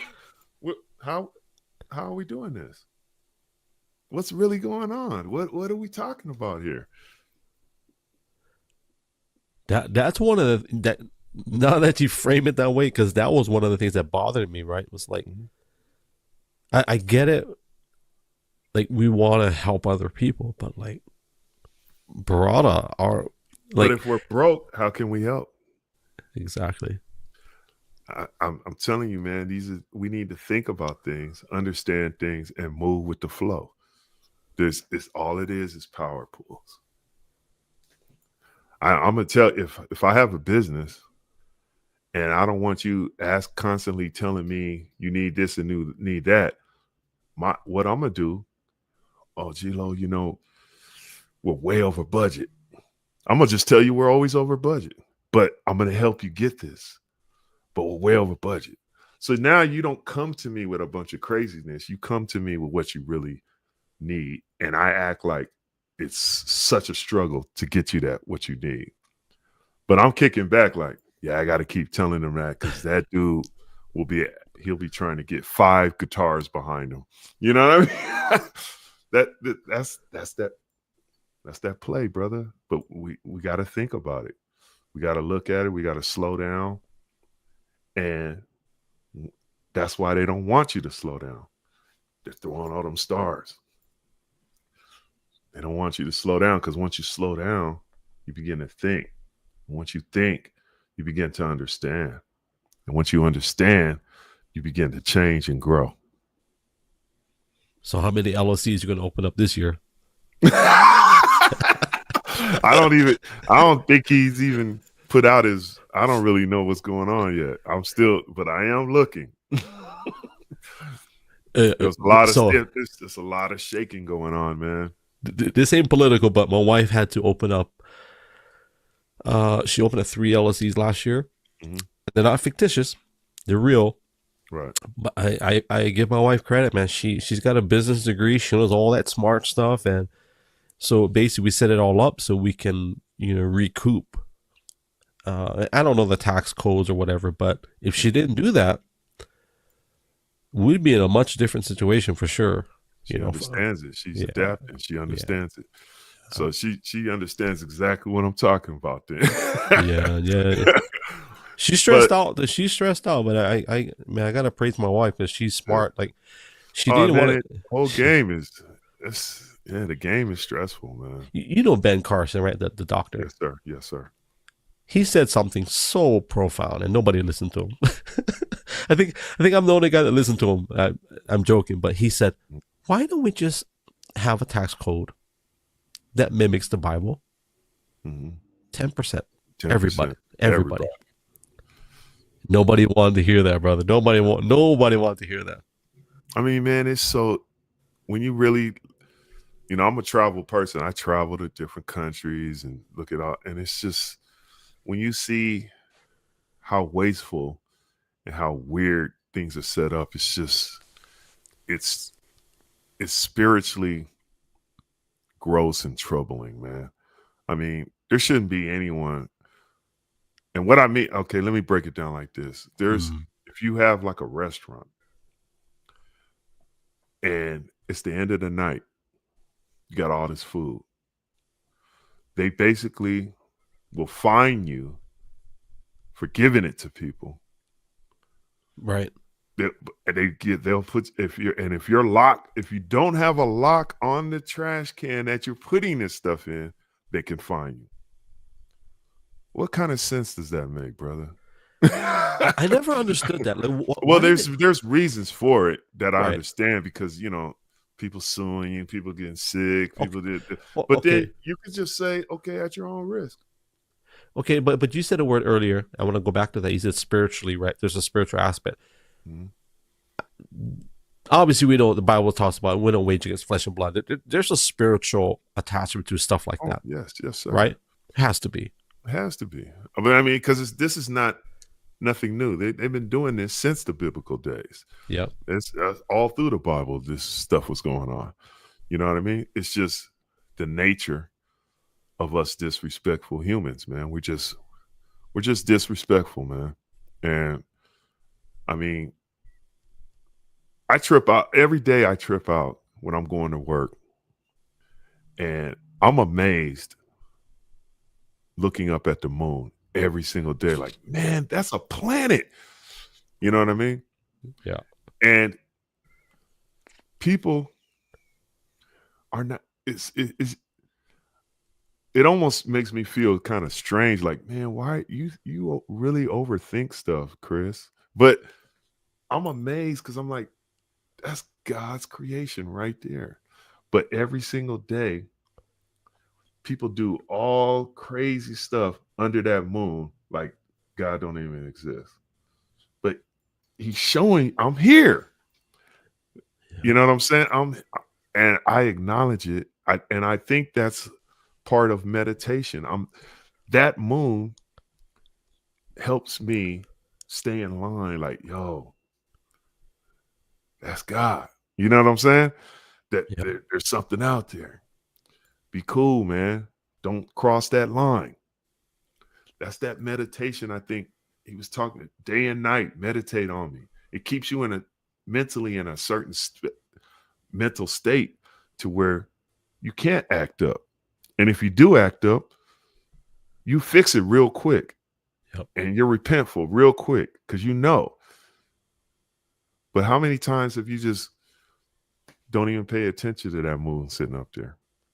I paid attention last night. I got a nice picture. I'll send it to you. But am I making sense on what I'm saying though? It's like what you're saying is what you're talking about the moon. It's like Psalm 19:1 where it says that like all of creation declares his glory. Glory, man. And here we are. We overlook, I guess, because we see it every day. We look at it. Yeah. It's just, I mean, and that because I always wondered how can these people get to not get like we were speaking of Moses. How could these people turn their back on God when they saw all the miracles, they saw the plagues, they saw all the, you know what I mean? They were eating quail by day and being led by a pillar of fire at night. But yet when they got to this place and it wasn't what they wanted, what did they do? Oh, God brought us here to let us die. Yeah. I'm thinking in my mind, if I saw all that, would I do what that person did? Would I be that same individual? Wait a minute, where is God at now? I need him right now. But yet I see this every single day. We see God every day. So we're like a modern day Egypt when we don't acknowledge and see all this, man. We should be praising God and loving on each other every single day, man, for all the amazing stuff that we see. Do you know who Kim Walker is? You ever heard of her? You ever heard of Jesus Culture, the worship band? Yes. She was one of the founding members of the group. And the earlier Jesus Culture, I love their albums, and they basically would record live, right? Oh, they would record the whole thing live? Yeah, and put it out. But there's this one song, I can't remember the name of it, where she just, in the middle, she started doing open worship and just started. And one of the things she said was, I don't want to talk about you like you're not in the room. I want to sing right at you. I want to look right at you. And that's all she kept repeating. I don't want to talk about you like you're not in the room. Oh, yeah. And I think a lot of believers, that's deep. We get caught up in our lifestyle, and we say we're Christian. And okay, I won't say the band, but I wanted to go to this concert back in the day. I'll just say it. DC Talks, one of my first bands I ever went to a concert. And my dad said, just be careful with some of these groups. If they bring Jesus out to the front, they parade him, and then they put him in the back room, do their show. And I'm not saying that's what DC Talk was doing. I'm just using them as an example. Correct, yeah. And a lot of times as believers, I think we get so caught up in our lifestyle that, like, we say we're believers, but yet, like, where is he? Where is the Lord in our life? Yeah, I think that's that's kind of in the realm of what I'm speaking at, man. It's just, I don't know, man. The creation, my mind state, all this stuff that I see and witness to me is what keeps me rooted.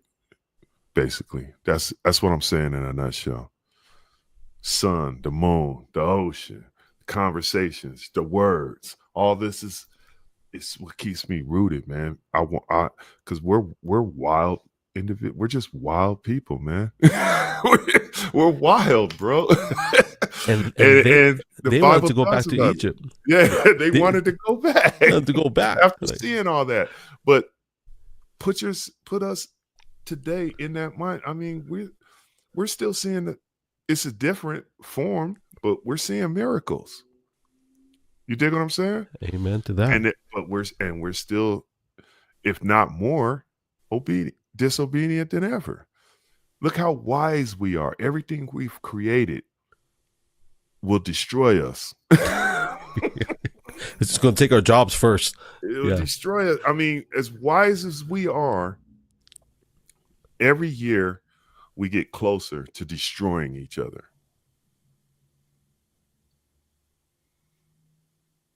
It's deep, man. You got to unpack that some more. I mean, think about it, bro. It's crazy, man. I'm just going to acknowledge some people. I don't want to make like I know that some people came in, and so Ronald Smith said, "What's up, Soup?" Oh, that's a good brother. Blessings, brother. And then Todd Stevens said, "What's up, Soup?" Oh, that's XL, man. You know who that is. And then Edge Whitaker, same thing. Edge Whitaker, great brother. I got a friend of mine out there in X, Wayland Indoor Farmer, and then my wife jumped in for a minute. All right. Yeah, see, I can't see none of that stuff. Oh, shoot. We'll get you set up on your own so you can do these. Connect with your people. Well, let me ask you a question on that.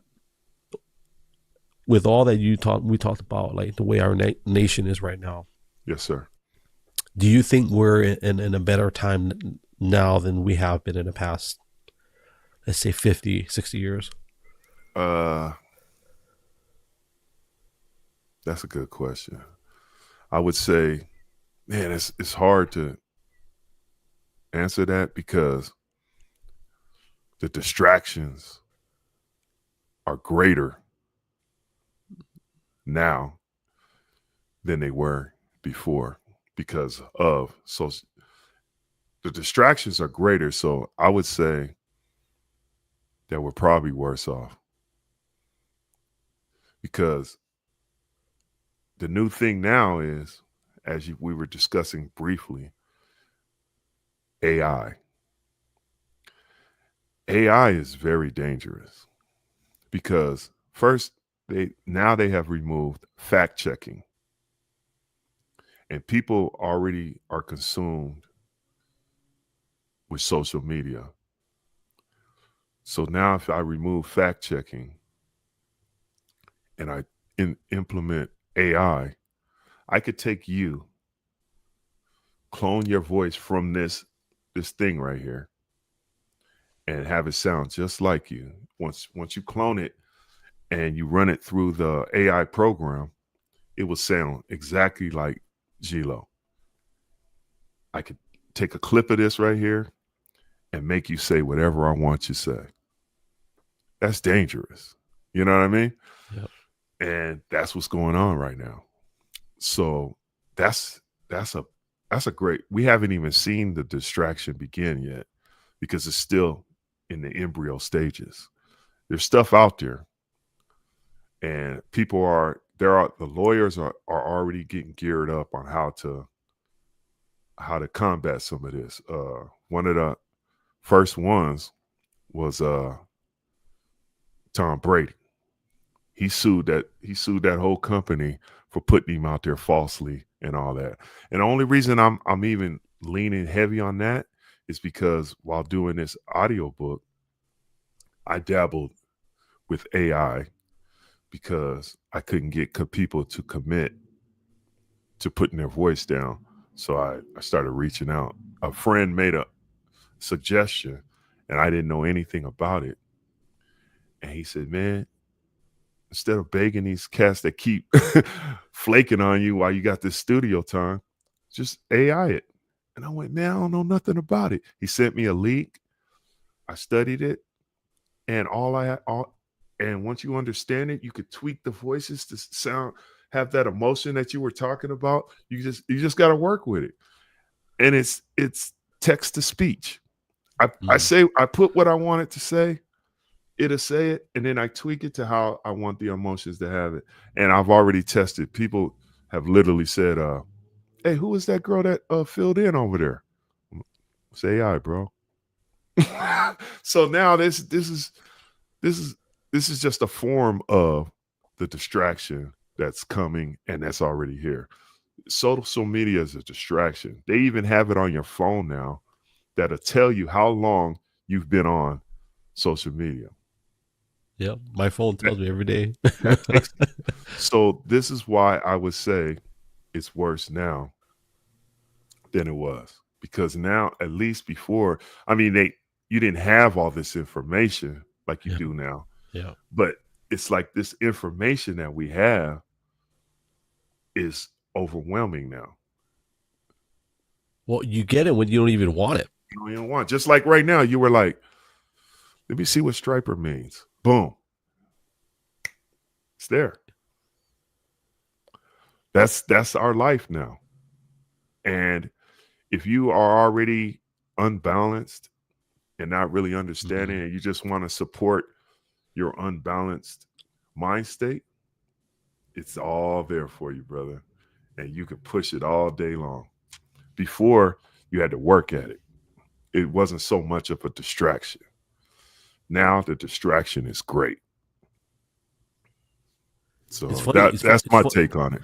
It's funny you say that, because there's people on social media that I see where they'll say, hey guys, I'm going to take a break from Instagram for a little while, or we'll take fasting from Instagram, all that. Yes, I'm starting to see that. But part of me is like, some of them I know they're doing it because they haven't been going to work, or they haven't been working, or so they're on this all the time, right? And the wife is like, you need to do something, like get rid of that, whatever it is you're doing. And now they gotta take a break. Yes, it is a distraction, and I think, it's a big time distraction, brother. It's like you said, it's on your phone. I mean, I have to monitor myself. Yeah. And my mind will tell me, you need to promote. You're not really just hanging out on her. You need to promote. You need to do this. And then I'm like, okay, yeah, you're right, mind. Let me get on here and push this. I'll get on there and look at all kind of junk and be like, oh man, I didn't even share this yet. And so it's super distracting. And we have to monitor it. And you have to even now that they lifted the fact check, you have to fact check the information you're getting. Because and this is what I mean about, if a person is in an unbalanced mind state and they're looking for support for their unbalanced mind state, they're going to find it. You know what I mean? Speaking of AI, we got a guy in here who's an AI specialist. He's an engineer. He said, I'm just distracted by listening to you. It's that's my opinion on where we're at mentally right now, because we're in a space, man, that this is all it's about. It's all about the net, social media. That's all. People are constantly on their phones, constantly not talking to you. I remember I have roommates where I stay. They would literally we're in the same house, and they would text me. I'm like, dude, I'm like right next to you right now. You know what I mean? I remember my son doing that to me. It's easier. There's no connection. There's no conversation. This is where we're at now, man. And everybody's distant and doing their own thing, and we don't know where they're at mentally. They're showing you a mirage on my profile. My profile is not who I am. You dig what I'm saying? Yeah. It's like, it's just nothing but distractions, brother. I believe we're way worse than what we used to be. At least back then, we went outside and played with each other. We talked to each other. You kind of mentally knew where people were at. You could talk, you could do things, we remembered numbers. We knew how, you know what I'm saying? None of that is here, brother. It's like the nuclear bomb. There's, when they whoever created the nuclear bomb, or whoever was in a lab with whatever disease it was that they were playing around with. You can make a conspiracy out of that if you want. But Right. nobody sat there and said, hey, wait a minute. Maybe we shouldn't make this. Nah. They're like, it's like just because you can do it doesn't mean you should. You know what I mean? That's real thought. Just because you can do it doesn't mean you should. Doesn't mean you should. But here's what I'll add to what you said. I agree with you. I do believe if stewarded properly, I think we can steer it back. Maybe. I don't know. I'm a firm believer that like God's kingdom is advancing, right? Like every knee shall bow is what the Bible says. I don't believe that every knee shall bow and confess. And I believe there's a progression to God's glory. I don't just believe that it's going to be at one moment at the very, very end. I do believe, and this is just my personal like eschatology and belief, is that our God is a victorious God, and He's going to do it in progression, not wait, make us suffer for the next 400 until He comes back, or 1,000. Now, I'm not saying that means that what we talked about is going to disappear. I think that's a real problem because, dude, kids right now can go on their phones and be exposed to things that you and I had to go rob a gas station to go look at on the top shelf, if you know what I'm talking about. That's exactly what I'm saying, brother. So that's a real problem. You know what I'm talking about. Oh yeah, most definitely, man. That's where we're at. Yeah. Everything it's here. It's right there. Here.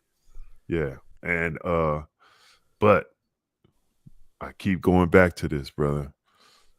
Where sin abounds, more grace is bounds, brother. Amen to that. And we just gotta tap into it and understand, because even though how crazy this world is, how wicked things are, man, God is still on the throne, and He's still delivering people. And even in those times of, like you were saying, people getting exposed and all this stuff, that don't mean that they're going to hell.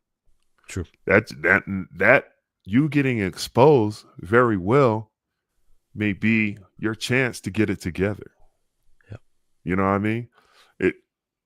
Where sin abounds, more grace abounds. When I go through stuff, I jack up, I do this, I'm in love with God. So it strengthens me, especially when He offers me grace. You dig? So, like, I mean, me and this brother were having a conversation about, I'm not going to say his name, but this individual was on top of the world. And now he's sitting in jail, just doing all this. I believe God is digging into that man right now. He might lose everything and gain his soul. Bible talks about that. Yeah. You know what I'm saying? So, I mean, we don't understand death, so we don't think about, the glory that can come from your sin carrying you out. Your sin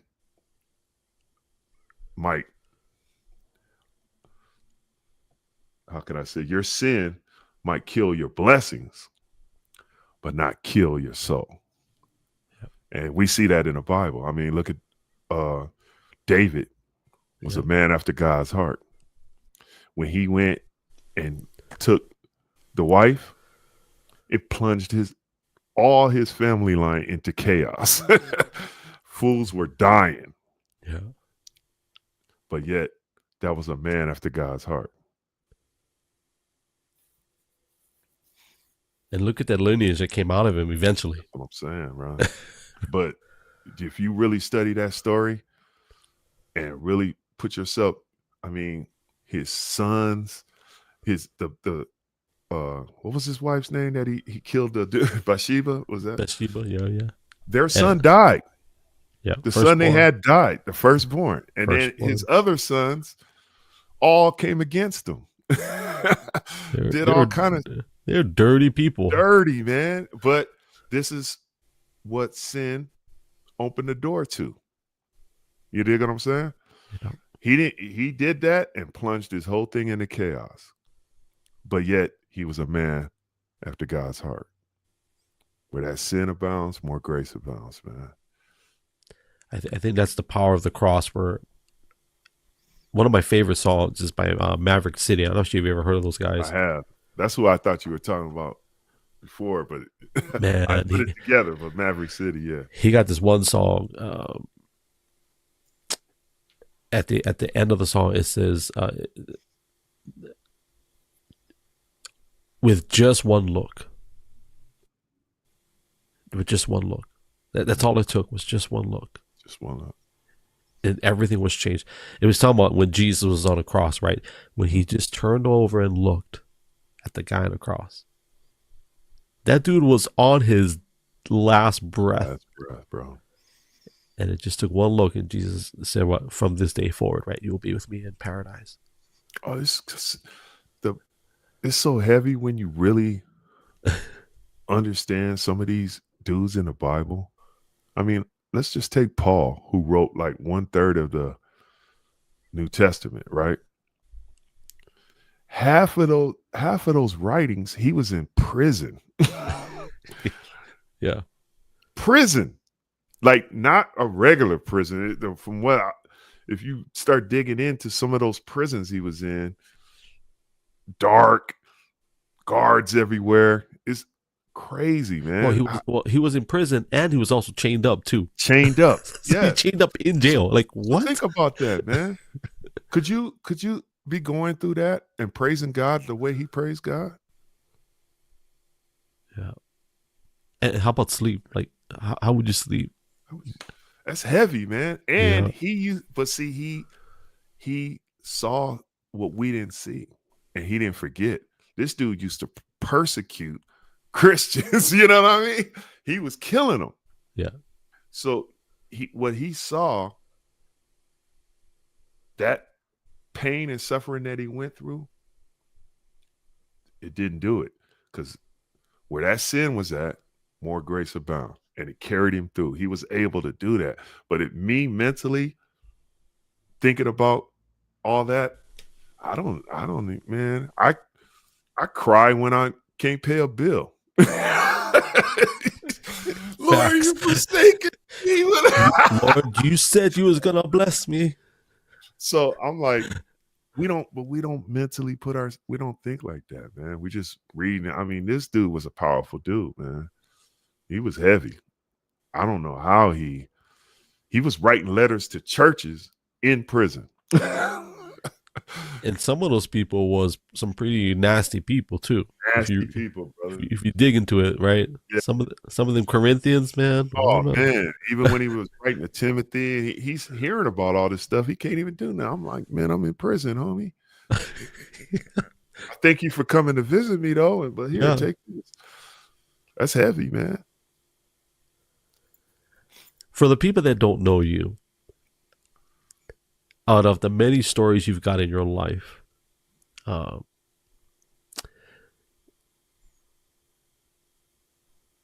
would love you to give them one victorious story in your life, whether it's from your early days, the S.F.C. days, or in your solo career, even as your trade. We didn't even talk about your trade, victorious stories.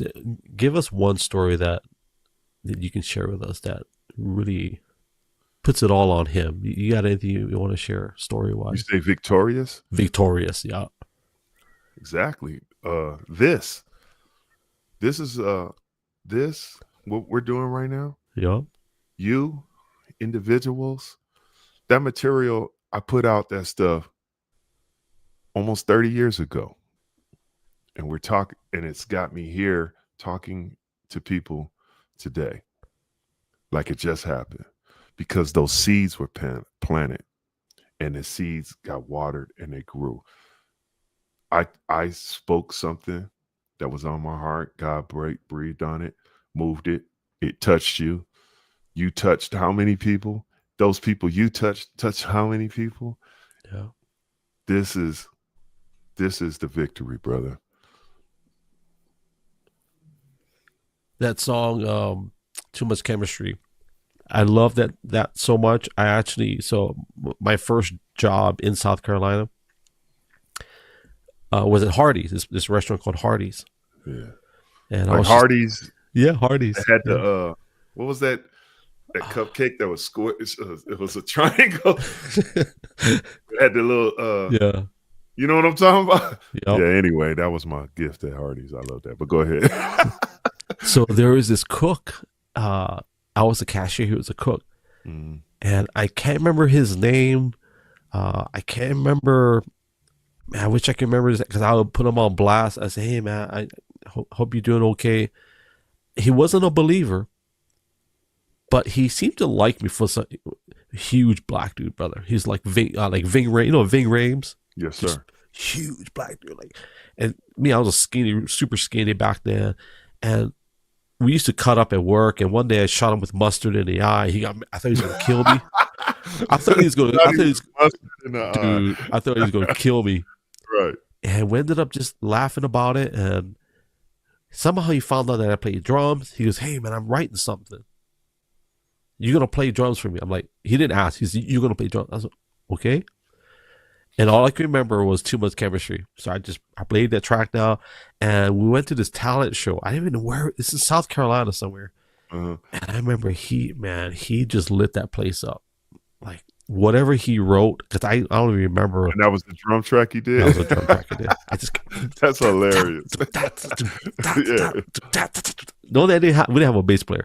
So it was just me and him. It was really, I don't know. I enjoyed it. That's funny stuff. And I was like 17 years old, just playing drums for this huge, massive black dude. Like he was super young. John Knox. But I wish, it all because that's when I first started listening to S.F.C. And I hope and pray that whoever that guy, I can't remember his name, and I hope that he's doing well. But that trickle down effect of, you being obedient to the Lord and allowing Him to like breathe on your work or His work through you, right? Being that conduit. That's what we're here for, man. That's it, bro. So when you ask me victory, that to me, this is the victory, brother. This is what it's all about. I mean, here we are 30 years later talking about the move of God on me 30 years ago. You know what I mean? It's amazing, dude. I didn't even know what I did. I just did I was the conduit. So I'm reaping what I sowed daily. I'm just reaping it. So that's the victory. And I don't really expect anyone to really understand because they didn't see it. They just hear me talking. But this is rewarding. Every day I'm rewarded when I hear these words from people because I didn't know what my material did. I've never been that dude that, I'm Soup the Chemist, never been that guy. Do you ever preach? No. I mean, not in a church, not like that, no. I just preach, I guess. No. Yeah. No, I never even wanted to be a preacher. And it's funny that you said that because my grandmother used to tell my mom that, he's going to be a preacher, which was weird to hear my mom tell me that because I was like, I never really, I would see myself as more of a evangelist type of, not really I wouldn't see my role as a preacher. If I was going to do anything, I would be more of I like to trigger, discuss, create dialect, create thought. And that's, to me, is more of that's not even an evangelist. That's more of like apologetic kind of / evangelist. You know what I mean? I lean on, 1 Peter 3:15. That's tattooed all on me, man. I try to answer every question that individuals have to defend what I believe. But first, I have to understand what I believe. Yep. So no disrespect to preachers, but preachers preach. I like to teach and understand, if that makes sense. Well, it's like that scripture. I definitely agree with the evangelist. And I got some jokes about that, but you know, the scripture says someone called the apostles, prophets, evangelists, pastors, and teachers. You definitely got a strong teacher. Just if you judge someone on their work and their writing, like you're not shallow, right? You're not shallow when it comes to writing. You know scripture. You put it in your artistry, your work, your material. So we know that the evangelist that's obvious what God gave you, right? Like you're just going out there and you're evangelizing. The funny thing about evangelists, though, they can stir some stuff up, right? Because they know they're not going to be back next week, so they'll let the pastor deal with it. Let the pastor deal with it. Here comes facts, man. Here comes Soup. He's going to stir up the hornet's nest, and he's out of town. He's got a flight at 7 p.m. We'll see you later, pastor. Yeah, you have a point there. Yeah, I'm excited to see like what we call the fivefold ministry, where people actually start stepping into those actual roles. Right, because growing up for me, it's like all we had was a pastor. Like the pastor does everything. Right. He's even responsible for your family salvation. It seems like, right? Yeah. No, it's a pastor's counseling, all that. Yeah, outdoor ministry, all that. Yeah, exactly. Yeah. Well, I mean, that's interesting that you said that, because a real, not calling people bad leaders, but a real good leader is if you follow the teachings and life of Jesus. He set it all up to where he didn't have to be there, and these dudes ran it just like he did. Yep. That's a good leader. You should be able to not be at the church, and the church still rolls and flows like you're there. That's good teaching taking place. That's understanding your role, and that's doing your thing. But you don't see that a lot. Why is that? Why do you think that is? That's interesting.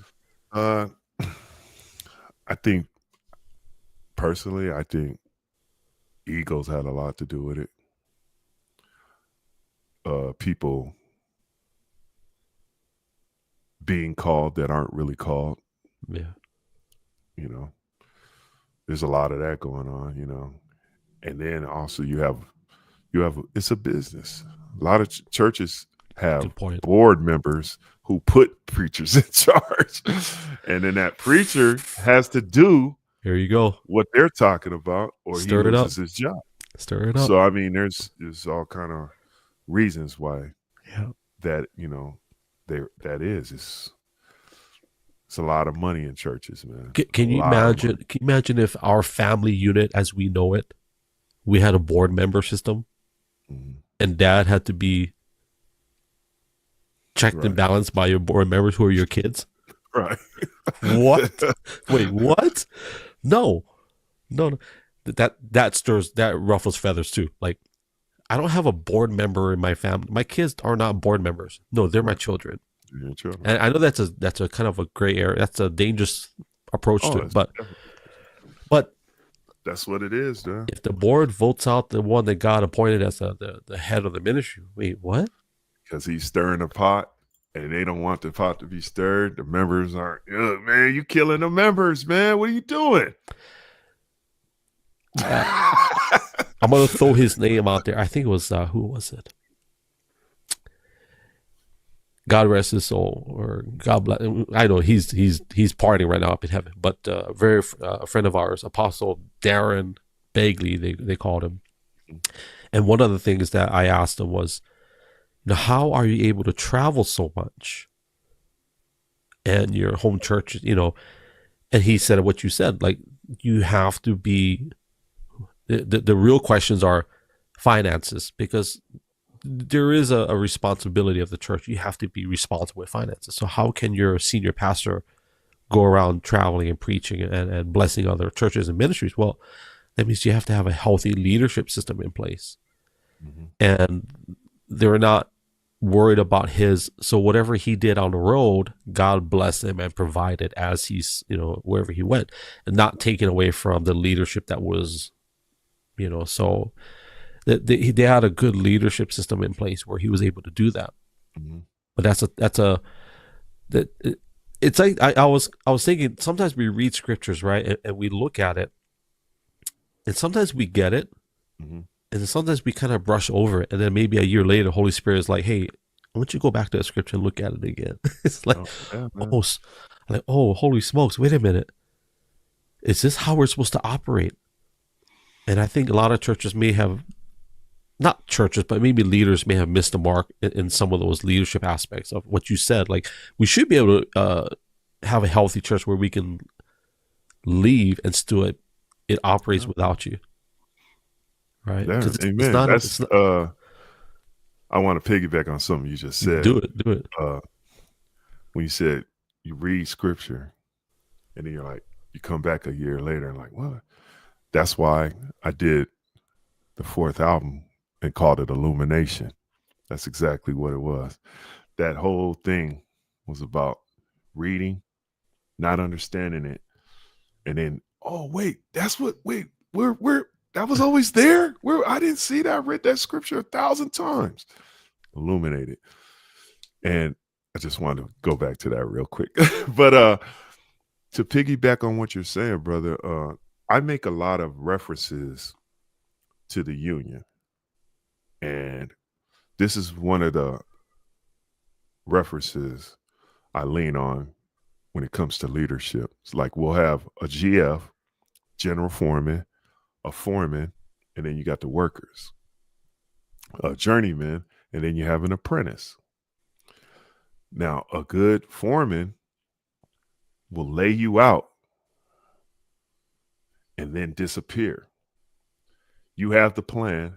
If he's a good foreman, you have all the material, everything you need. You're not going looking for him because he laid you out with everything you need to complete this task. That's the way. That's what I mean, or I guess we're both saying about a good leader.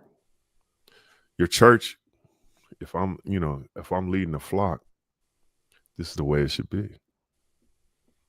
If not, then what's going on? Who's really running the show here? I mean, I'm after touring in United States and dealing with all kind of churches and all kind of, I have stories for days with some really trippy churches, man, and denominations and how they control the church, even though the pastor wants to break out and really teach the flock, but he's under this denomination, so he can't do it. So he goes and starts a whole, now you got First Baptist, Second Baptist, Third Baptist, it's like all this stuff going on. It's like, yeah, man,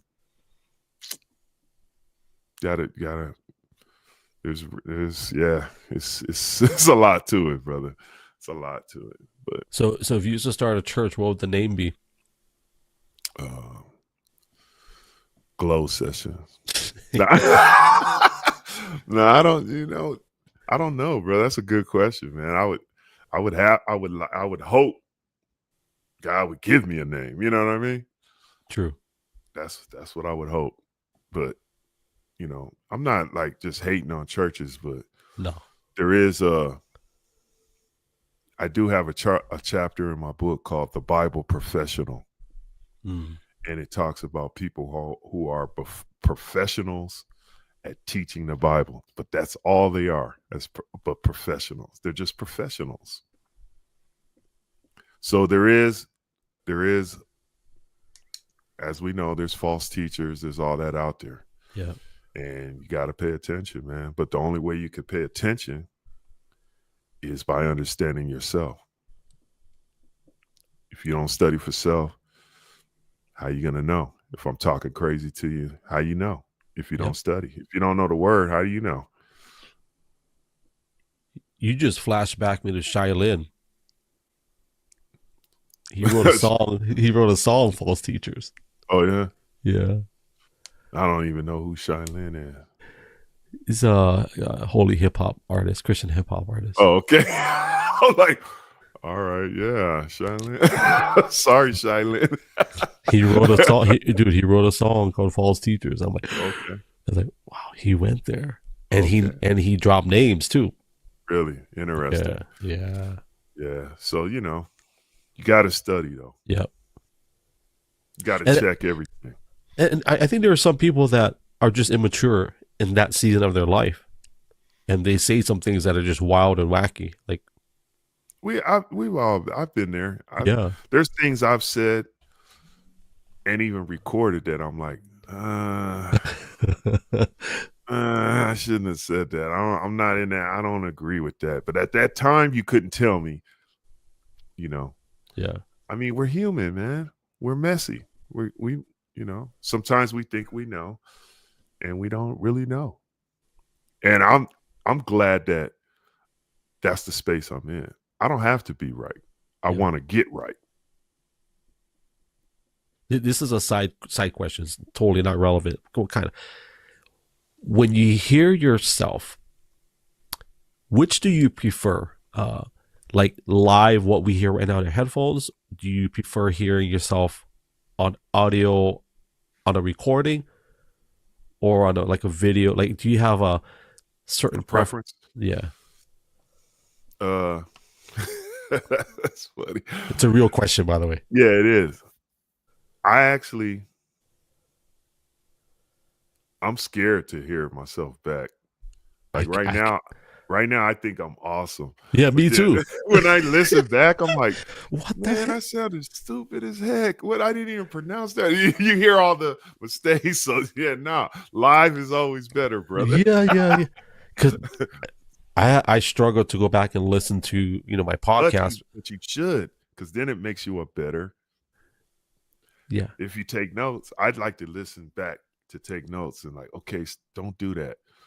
yeah, Quit smacking your lips like that. Quit doing it. You know what I mean? Quit yeah. saying, you know what I'm saying? You know what I'm saying? Stop that. You dig, you You dig, dig? Yeah. you dig. You try to make it. So I think it's good to Yeah, go yeah, back and listen, but only if you're going to listen to critique and make it better. That's the purpose of it. yeah. Here's the beauty of what we're doing, because it's so long form where we can just talk. I used to go back and like, oh my gosh, I said like 70,000 times. Yeah, yeah. But then after a while, I'm like, this is who we are. There are some people that do that, and some people that don't. Mm-hmm. One thing that's for sure, people know who I am when they hear my voice. Oh yeah, that's like when I hear you, okay, I know you've got a certain depth when you speak. Mm-hmm. There is weird because you said that you were nasal, but yet there's a certain clarity in that depth, and then there's some, I don't know what it is. I would like to know the science, but there's a certain crisp about certain people's voices. Even though like I'm very nasal, I have sinus issues, but I love to talk, so I figured out a way to push certain things out, Mm-hmm. and sometimes I gotta physically clear some things out. But I agree, like live always sounds best, but Yeah, going back and critiquing yourself, that's important. I agree with that. yeah, that's what makes you a better Yeah, speaker if you really are paying attention to what you're doing. I like to take notes and listen to myself because I speak better today than I did yesterday. So your voice, so from let's say 19, so my voice has changed a lot in the past 10-15 years. I used to have a higher pitch. mm-hmm. Now I'm noticing there's a certain the lower timbers are more pronounced now. Mm-hmm. Is yours the same way? Have you noticed your voice Oh getting? man, brother, I'm struggling to record now because I sound so different. I don't sound like I used to, but I still write like I sound. I mean, I still write like if I'm still in that era, Space, yeah. and it doesn't sound as good when I'm delivering it because my voice is different. I deliver different. I don't breathe the same, So now I'm trying to find my right tone, pick the pick the right cadence to go in. It's way harder for me to just step in the booth and deliver than it was when I was, 20s and 30s. So yeah, I hear it, and I'm actually working through it. Does it bother you though? Like Yeah, heck yeah, it bothers me, but it's fun because it's art. So it's like, okay, yeah, man, I used to be able to just like that. So now, I just got to find my lane. I just got to, where there's a will, there's a way. If I really want to improve it, I'll do it, or I'll just put it out sounding like it sounds. But I don't want to do that. So I'm working through it. I'm studying it. I listen, and try, like, I'll do like 5 or 6 different takes to hear what sounds good. And then, okay, that's where I want to be. And then try to remember that. But that's on every single song. That's the way I record now. That's tough. Like, if I do a video for social media, like pre-recorded, I do at least 30 takes just to do yeah. I mean, but that's art. Well, you're trying to be art. You want it to be. Once you put it out, that's it. You know what I mean? So I'm a one-take guy, so no edits. Like, once I start. Oh no, I used to be that. Not no more, man. Yeah. I will edit the heck out of something. Yeah. Perfect example is this audiobook, man. I mean, I wrote the book. And this is the hardest thing I ever did. I thought I could just go in there and read it. And when I listened back, that's exactly what it sounded like. Chris was at no, this is an audio book. And if I want to capture your attention, you don't want to hear me reading. You want to hear a story. So I have to deliver. I had to find out how to deliver. And it took me 2 years to do this. 2 to 3, almost 2.5 years. You know what's tough? Like, so for me, like, just life. Mm-hmm. And if I want to do this, like for today, if I do a podcast with a guest, I always tell, hey, I carved out my day. My whole day's free for you. So I know I have that space, that time. I make sure I drink water. I go bathroom. I eat. I go back with Hawaii. I go toilet. So, and by the way, if you gotta go, are you good on restroom break? You need a restroom break or anything? Oh heck yeah! I do need one. Well, let's play a commercial and we'll come back and let's land our plane in a little bit. But let's take a quick pee break and then I got a commercial we can play, a little video. So, family, we'll be back in about. I think Chris might take a 10-minute bathroom break. I'll take a 1. I ain't need that. I need 10. Hey, all right, we'll be back. Let me play this video. Where is it at? All right. Yeah, go ahead, brother. You're good. Today's episode is brought to you by One Shot Energy Voice Drops. They are a low-sugar yuzu honey lozenge that soothes and protects your throat and voice with an infusion of slippery elm, marshmallow, and licorice root. Whether you are a full-time gamer, public speaker, pastor, preacher, teacher, maybe you like doing podcasting, you got to get your hands on these voice drops by oneshotenergy.com. Be sure to use my promo code AMBGLO for 10% off your entire order. oneshotenergy.com. Today's episode is brought to you by Archon Mounts. For those of you that are content creators and you want the best mounting solutions for your cell phones, your DSLR cameras, well, go to archon.com. Be sure to use my promo code Hawaii and you'll get 20% off your entire order. Also, all of their products come with a lifetime guarantee. So head on over to archon.com, keeping your devices within reach. Today's episode is brought to you by One Shot Energy Voice Drops. They are a low-sugar yuzu honey lozenge that soothes and protects your throat and voice with an infusion of slippery elm, marshmallow, and licorice root. Whether you are a full-time gamer, public speaker, pastor, preacher, teacher, maybe you like doing podcasting, you got to get your hands on these voice drops by oneshotenergy.com. Be sure to use my promo code AMBGLO for 10% off your entire order. OneShotEnergy.com. Hallelujah. Yes, sir. So without giving him too much, because we want to obviously to support you in the back end. Coming up on the 20th, right? Yes, sir. Let's give them something to chew on before we promote the heck out of it. So Through My Windows audiobook, right? March 20th. Can you give them something? Yeah, it's Through My Windows, the history behind holy hip hop is actually the title and what it's all about. And I actually released it on a hard copy in 2014. And what happened was, when I put this out, I sold all the comps, sold out, but I was hitting people up, and I was looking for dialect, and what I got was, man, I bought your book, man. That was a good book. I said, did you check out chapter 42? Yeah, I ain't really read it, but man, I got the book. It's in my house. And so that's what happened, brother. Sold every copy, man. And I'd say out of all those copies I've sold, probably, I would say 200 people actually really read it. I even have some folks that read it in one day and called me the next day. Man, bro, I couldn't put it down. I read the whole book.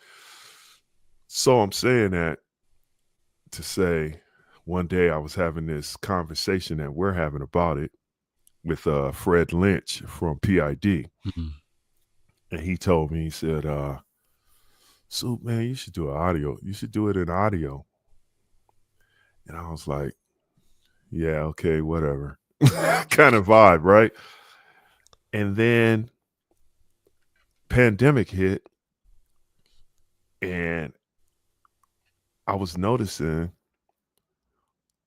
all these people started leaning on audiobooks and riding around with headphones on, listening. I mean, it was just a trip that I saw the shift go from, books to these audiobooks.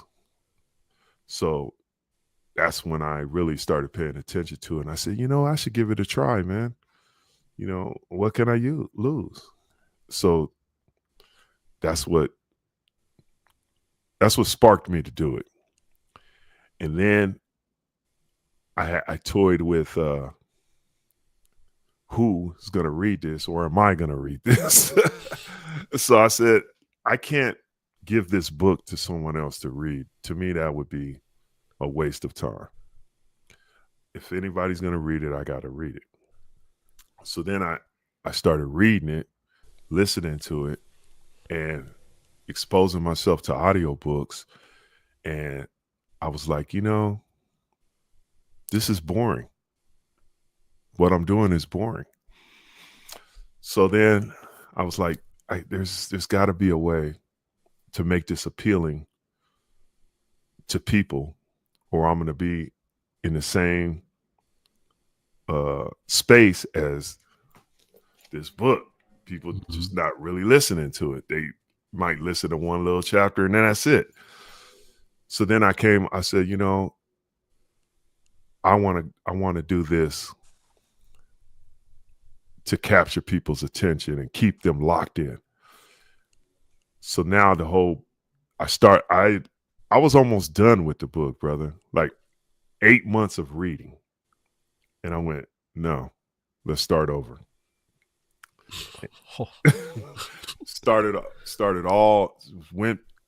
Deleted everything and started all over and incorporated elements, mood, music, other voices.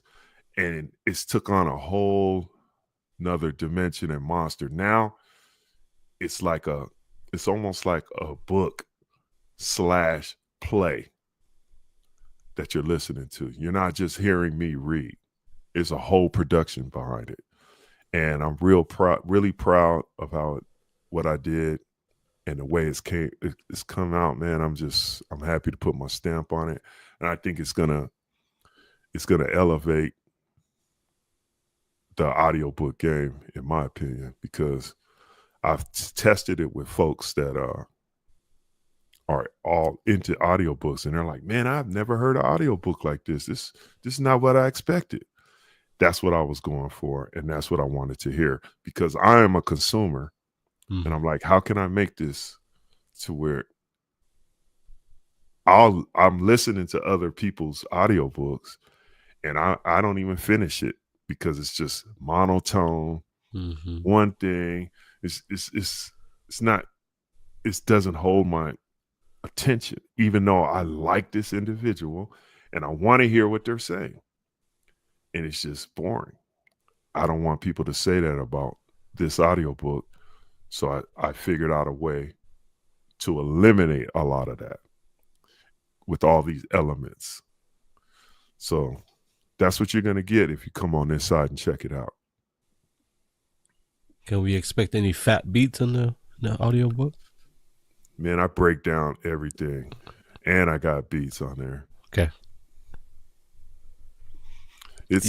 I'm ready to shock some folks with it, man. I mean, I've been playing around with it by putting out little samples. You could go to the website through my windows, bandcamp.com.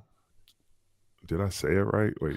Don't worry about it, bro. I got it at the end credits. So if anybody wants to sew into him and support, and it's you can go listen for free right now. Yeah, we'll have it. Hear what I'm talking about. You don't even know his own website. That's fun. But anyway, I don't know mine. But we'll have it at the end credits. You guys can buy, listen free, but sew into an artist. And I'm a firm windows. Now you got me thinking. Through my windows. I gotta go look it up now. Bandcamp.com. There it is. Hey, we're doing pretty good. I will say we're actually we're doing a lot better than most people our age will do. Amen, brother. But yeah, it's out there. And, well, the audiobooks, I agree with you. If I'm on the road for 3 hours or so, I'll listen to a podcast or anything that has audio, spoken word, whatever. Sometimes I'll listen to a 3-hour podcast. Sometimes I'll listen to the short ones. The only audiobook I listened to recently, I think it's Stephen Furtick's. But I don't think he was reading it. I can't remember. But man, I'm excited. You got our interest, so yeah. I'm really. This is the hardest thing I've ever done. First off, as far as industry wise, this is the hardest thing I've ever done. I've scratched the project at least 4 times. Like, I'm not even doing it. Are you not happy? Is it? Here's what I want to dig into this, because I'm not happy with my voice when I go back and I just don't like it. It wasn't my voice. It wasn't only my voice. It was things that happened. Okay. Like, the only reason it's even coming out, it was supposed to have been out. I had to push the date back. This is just one out of many. I had to push the date back because I'm here. I'm here. I'm out of town, recording and working. Yeah. So in editing mode, 2 years of work crashed. My hard drive crashed, just boom, and my backup copy was way back at home. And I was 3 chapters left to edit, and it's done. The whole thing crashed. If I would, and I only backed it up because I was leaving town and I didn't want to take my original hard drive. So I went and bought another hard drive and backed it up and then can't hit the road. If I wouldn't have backed it up at home. So all this stuff is going through my mind, right? But just is after all kind of crazy stuff that happened. This happens, right? And I didn't know what to do, bro. I'd never had, I mean, it crashed. And I was like, man, I can't go back home. Because even if I go back home and get it, I'm still losing all this time, blah, blah, blah. Right. Luckily, I found a guy out here where I'm at who was able to recover a lot of the stuff off the hard drive. But some of the stuff was incomplete with logic. It wouldn't load up correctly. So I still had to go home and get the hard drive. But we saved 2.5 years of work. And I just had to push the date back, brother. But that's just one out of many challenges. But I'm locked in, and I was like, I came too far. There's too much I need to say, too much time invested. I don't care what happens. We're just going to work through it. And to your point about the voice thing, yes, many times I was like, okay, redo that, because this is it. Once I put it out there, that's it. There's no, oh, I should have did this and it. Nah, do it now. Do it. So it's just your work ethic of where you at? Where's your goal? What are you trying to do? How much of that would you say is your work ethic, wanting to do things with excellence? Mm-hmm. And how much of that would you say would be the enemy just lying to you? I want to do things with excellence. Yeah. Sometimes we give the devil too much credit. True. Facts. And I got a chapter on that called The Victim Mentality. Oof. We create. We talked briefly about microphones. Now I know if I'm recording on a mic that's not that great, it's going to take me a lot more time in editing to make it sound great. Versus just go get a good mic. You know what I'm saying? Yeah. So now, since I tried to save money and record and then start editing and it still don't sound right, that ain't the devil. Yeah. You started off already wrong. You should have got it right from the beginning. Now, if you get a good mic, but then you have a sorry preamp and you're all this and you have it up too loud and you're all distorted, that ain't the devil. You know what I'm saying? So wisdom would be, God, slow me down. Help me understand how to do this correctly. Put some people in my path to teach me how to record this correctly so I can get it right and move on like that. That's God.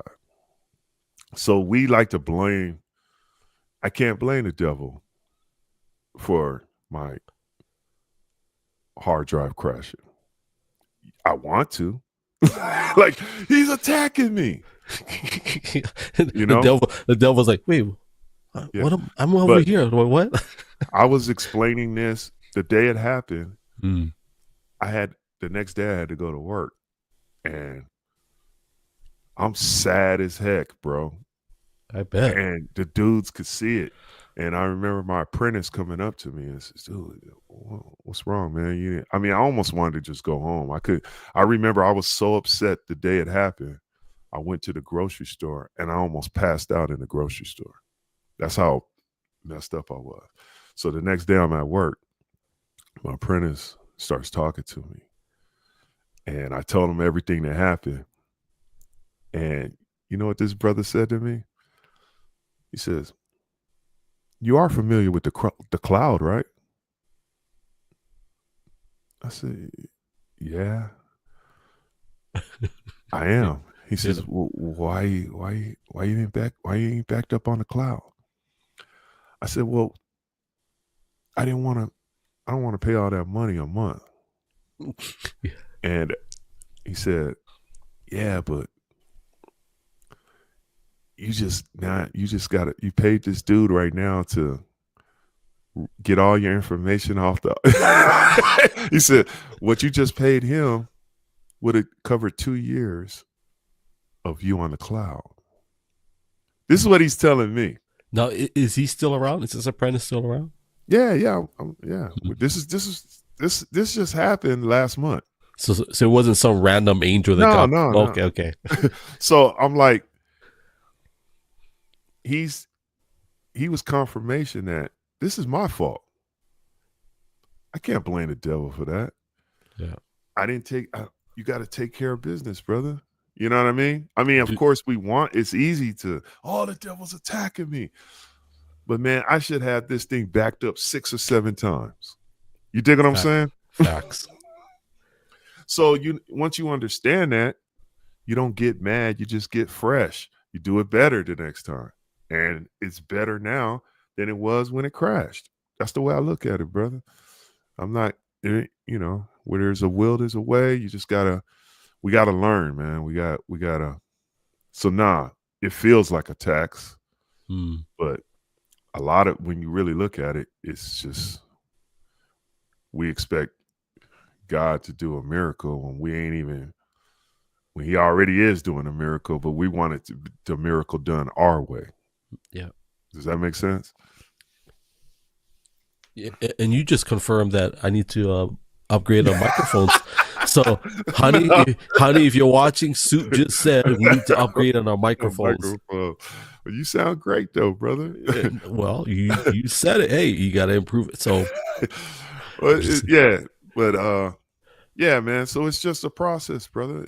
We got to educate ourselves and we got to learn, or we will be sitting around blaming the devil. But the devil really, a lot of stuff he's just laughing like, man, I ain't got nothing to do with that.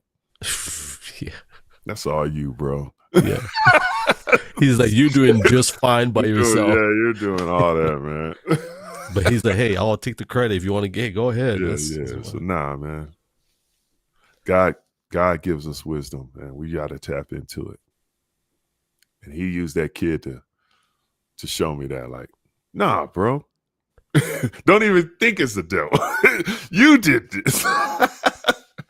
And you know what's tough? I feel anyway is doing a 9 to 5. Then having these things that we know God put in the heart to do, and trying to get into that proper space where you have your mind is right, you got enough rest, right? Because you don't want to record and you just feel like crap that day, right? And you're trying to put out something that's really good. Like, it's really hard, man. So I give you props, man. I give you props for what you do.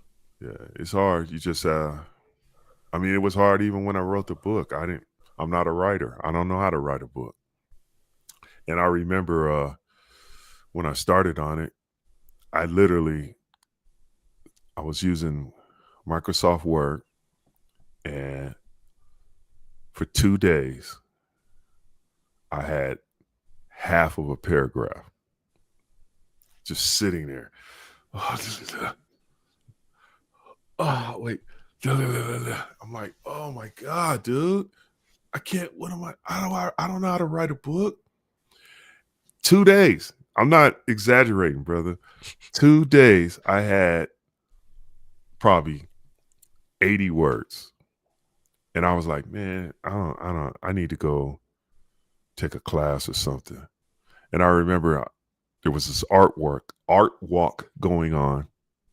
And I went, oh man, I'm gonna go talk to my brother. He wrote, like, this brother I know down at this art walk, he wrote like 2 books. Let me just go down there and talk to him. And I said, hey man, I'm trying to write this book. And how do you start? Like, how do you get out? And he said, why are you trying to get out? I said, what do you mean? He said, that's what editors are for, brother. Just write. You take it to an editor, they'll make it flow. Just write. And I went, oh, so you don't make it in? It's like, nah, man. I don't know how to make it a book form. I write and pay an editor to make it, put it in book form. Oh, told me that, went home, wrote the whole book. It's funny you say that because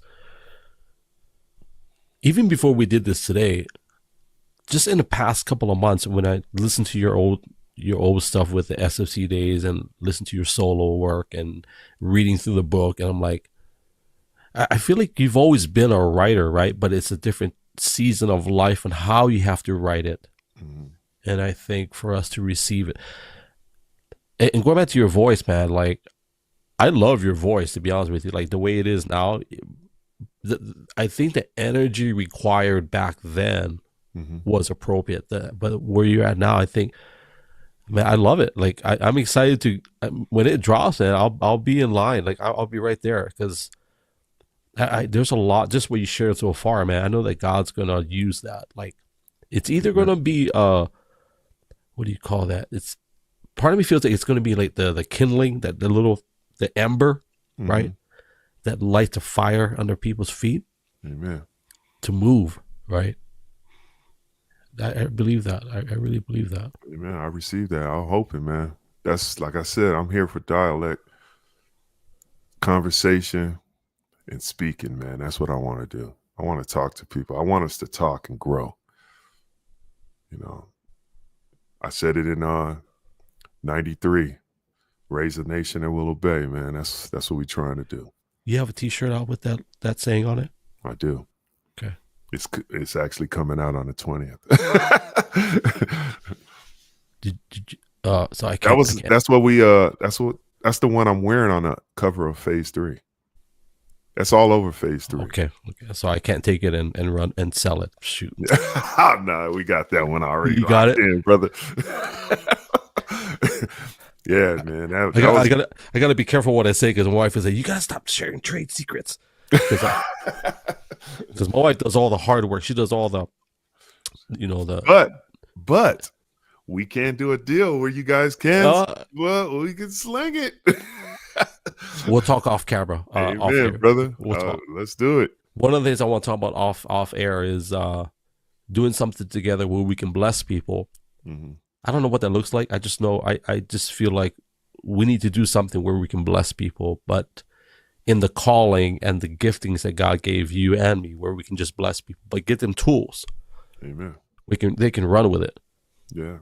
I got some. Once I can really get people to start jumping into my band camp, I got some interesting things that's down the pipeline that it's going to spring off from this audio book. It's just all my energy is in it right now. We got to get it out, and then we can start unrolling the next phase of it. But I'm just happy that I'm here, ready to drop it next weekend. It's out. Well, let me release you, and you can get to your rest and your much. What is that again? Rest? Oh. Don't you have a day off tomorrow? Laundry, shopping. Nah, ain't no days off, man. But I enjoy every day. Can you give us one more gold nugget? Any gold nugget you can think of before we do rapid fire?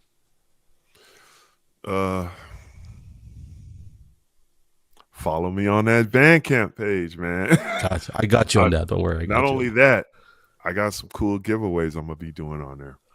Okay. That's a nugget. Because I haven't told anybody. I want them to follow me because they want to follow me. Gotcha. That's that.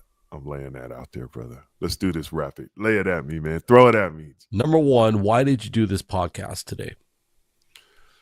Because of your beard. Number two. No.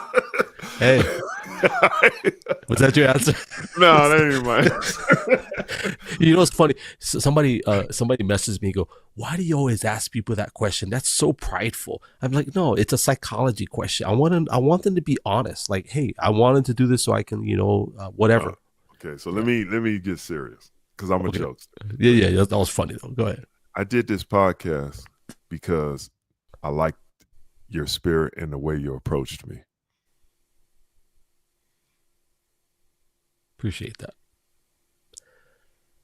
Number 2, pick one. Spam or Vienna sausage? You got to eat it straight out of the can. Which one? Spam or Vienna sausage? Vienna sausage. Number 3. Go ahead. So in Hawaii, when you die, we say number 3, make die dead. Okay, when you die. Okay. Oh man. One vinyl they're gonna put on your chest before they close the casket. What vinyl is that they're gonna put on your chest? The Jazz Crusaders live at the Lighthouse. Good one. Number 4, name one dream car. It can be past, present, future. One dream car. Dream car? Yep. Range Rover. Ooh. Which series? I don't know. Okay. Not them ugly old school ones. The new one looking one. You can't see. So I have a vision board. Mine is the Defender 130. That's the. Okay. See, I can't see it. It's an 8-passenger. That's the one we need. Uh-huh. Now whether God believe or agrees that that's the one we need, I still write it out. I said, Lord, if this is your will, you know what I mean? Yeah, right. I could dig that.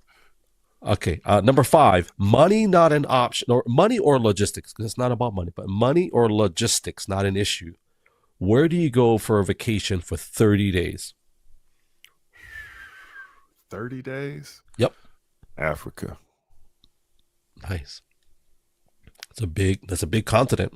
I've been once, but if I'm going to Africa, I want 30 days. I can see. I only went to South Africa and Johannesburg. 30 days, I can visit all of them. So yeah, Africa. Number 6, what is your go-to Bible verse? Romans 12, verse 2. Be ye transformed by the renewing of your mind. You and my wife are best friends. Word Just up. saying. Yeah. One more time for our listeners. Say it one more time for our listeners. Romans 12, verse 2. Be ye transformed by the renewing of your mind. Number 7, pick one. Lakers or Clippers? Clippers all day, homie. Clippers all day. You just upset half of LA. Yeah, I sure did. And I do it daily. That's so funny. Oh.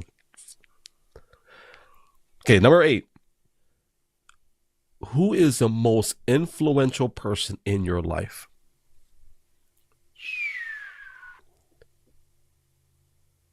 That's heavy, man. You can do a top 3 if you want. My go-to.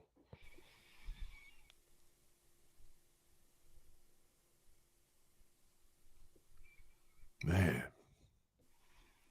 I have so many, man, because it's all about emotion.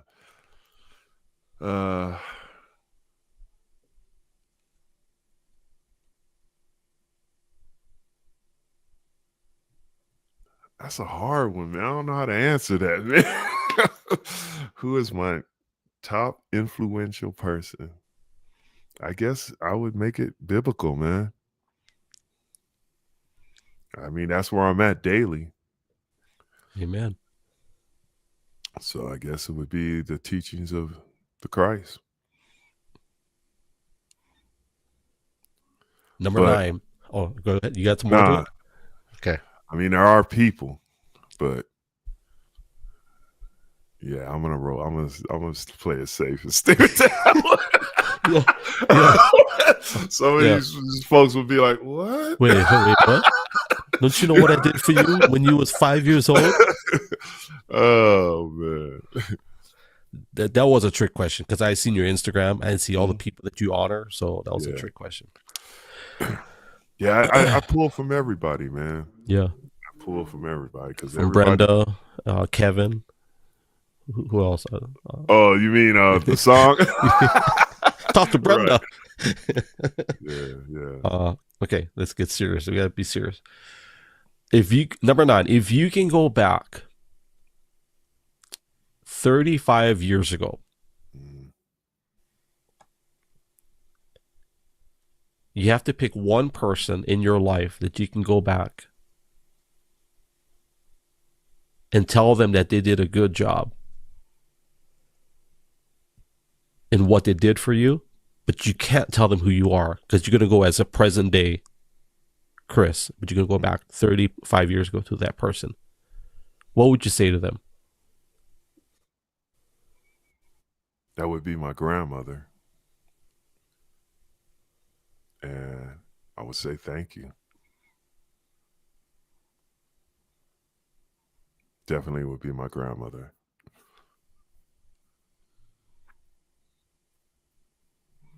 Yeah. Grandmas are great. Yeah, and she was you know, because I'm originally from New York. She was a New Yorker to the heart. And like I told you, she told my mom some stuff that I'm actually doing it. Like I told you, she said when I was 5 years old, she told my mom that, oh, this guy's going to be a preacher. I mean, why would that even come out of her mouth? You know what I'm saying? And look where we're at, man. I'm not a preacher, but I preach. Spreading the gospel. You spreading the gospel, brother. And this is my first label, Beesyde Records. And she just gave it to me one day. Went and got it made and gave it to me. So yeah, I would just tell my grandmother, thank you, man. She don't even know what she did for me. She just, because it wasn't, I don't even know how to explain it, man. She did stuff that I don't even think she knew what she was doing, if that makes sense. Yeah. 35 years, grandma.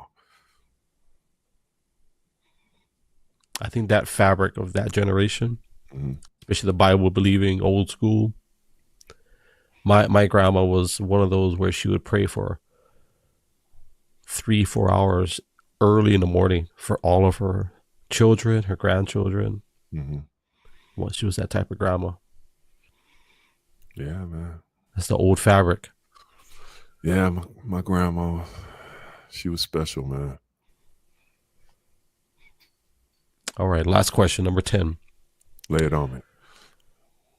After you're gone, you passed away.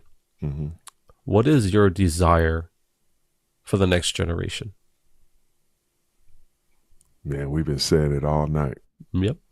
You know what it is. Yeah. Raising a nation that will obey. Words, my words. Not my life, my words.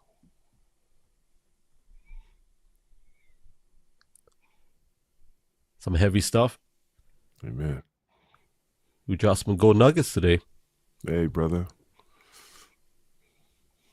I hope they were heavy. Yeah. Not no little nuggets, I hope. That's a good one. Hey, I appreciate you, man. Hey, brother, anything you want to say to our listeners before I take you off camera? Of course. I mean, of course I'm gonna promote. So yeah, of course. And I'm gonna encourage you to let that comfort zone go.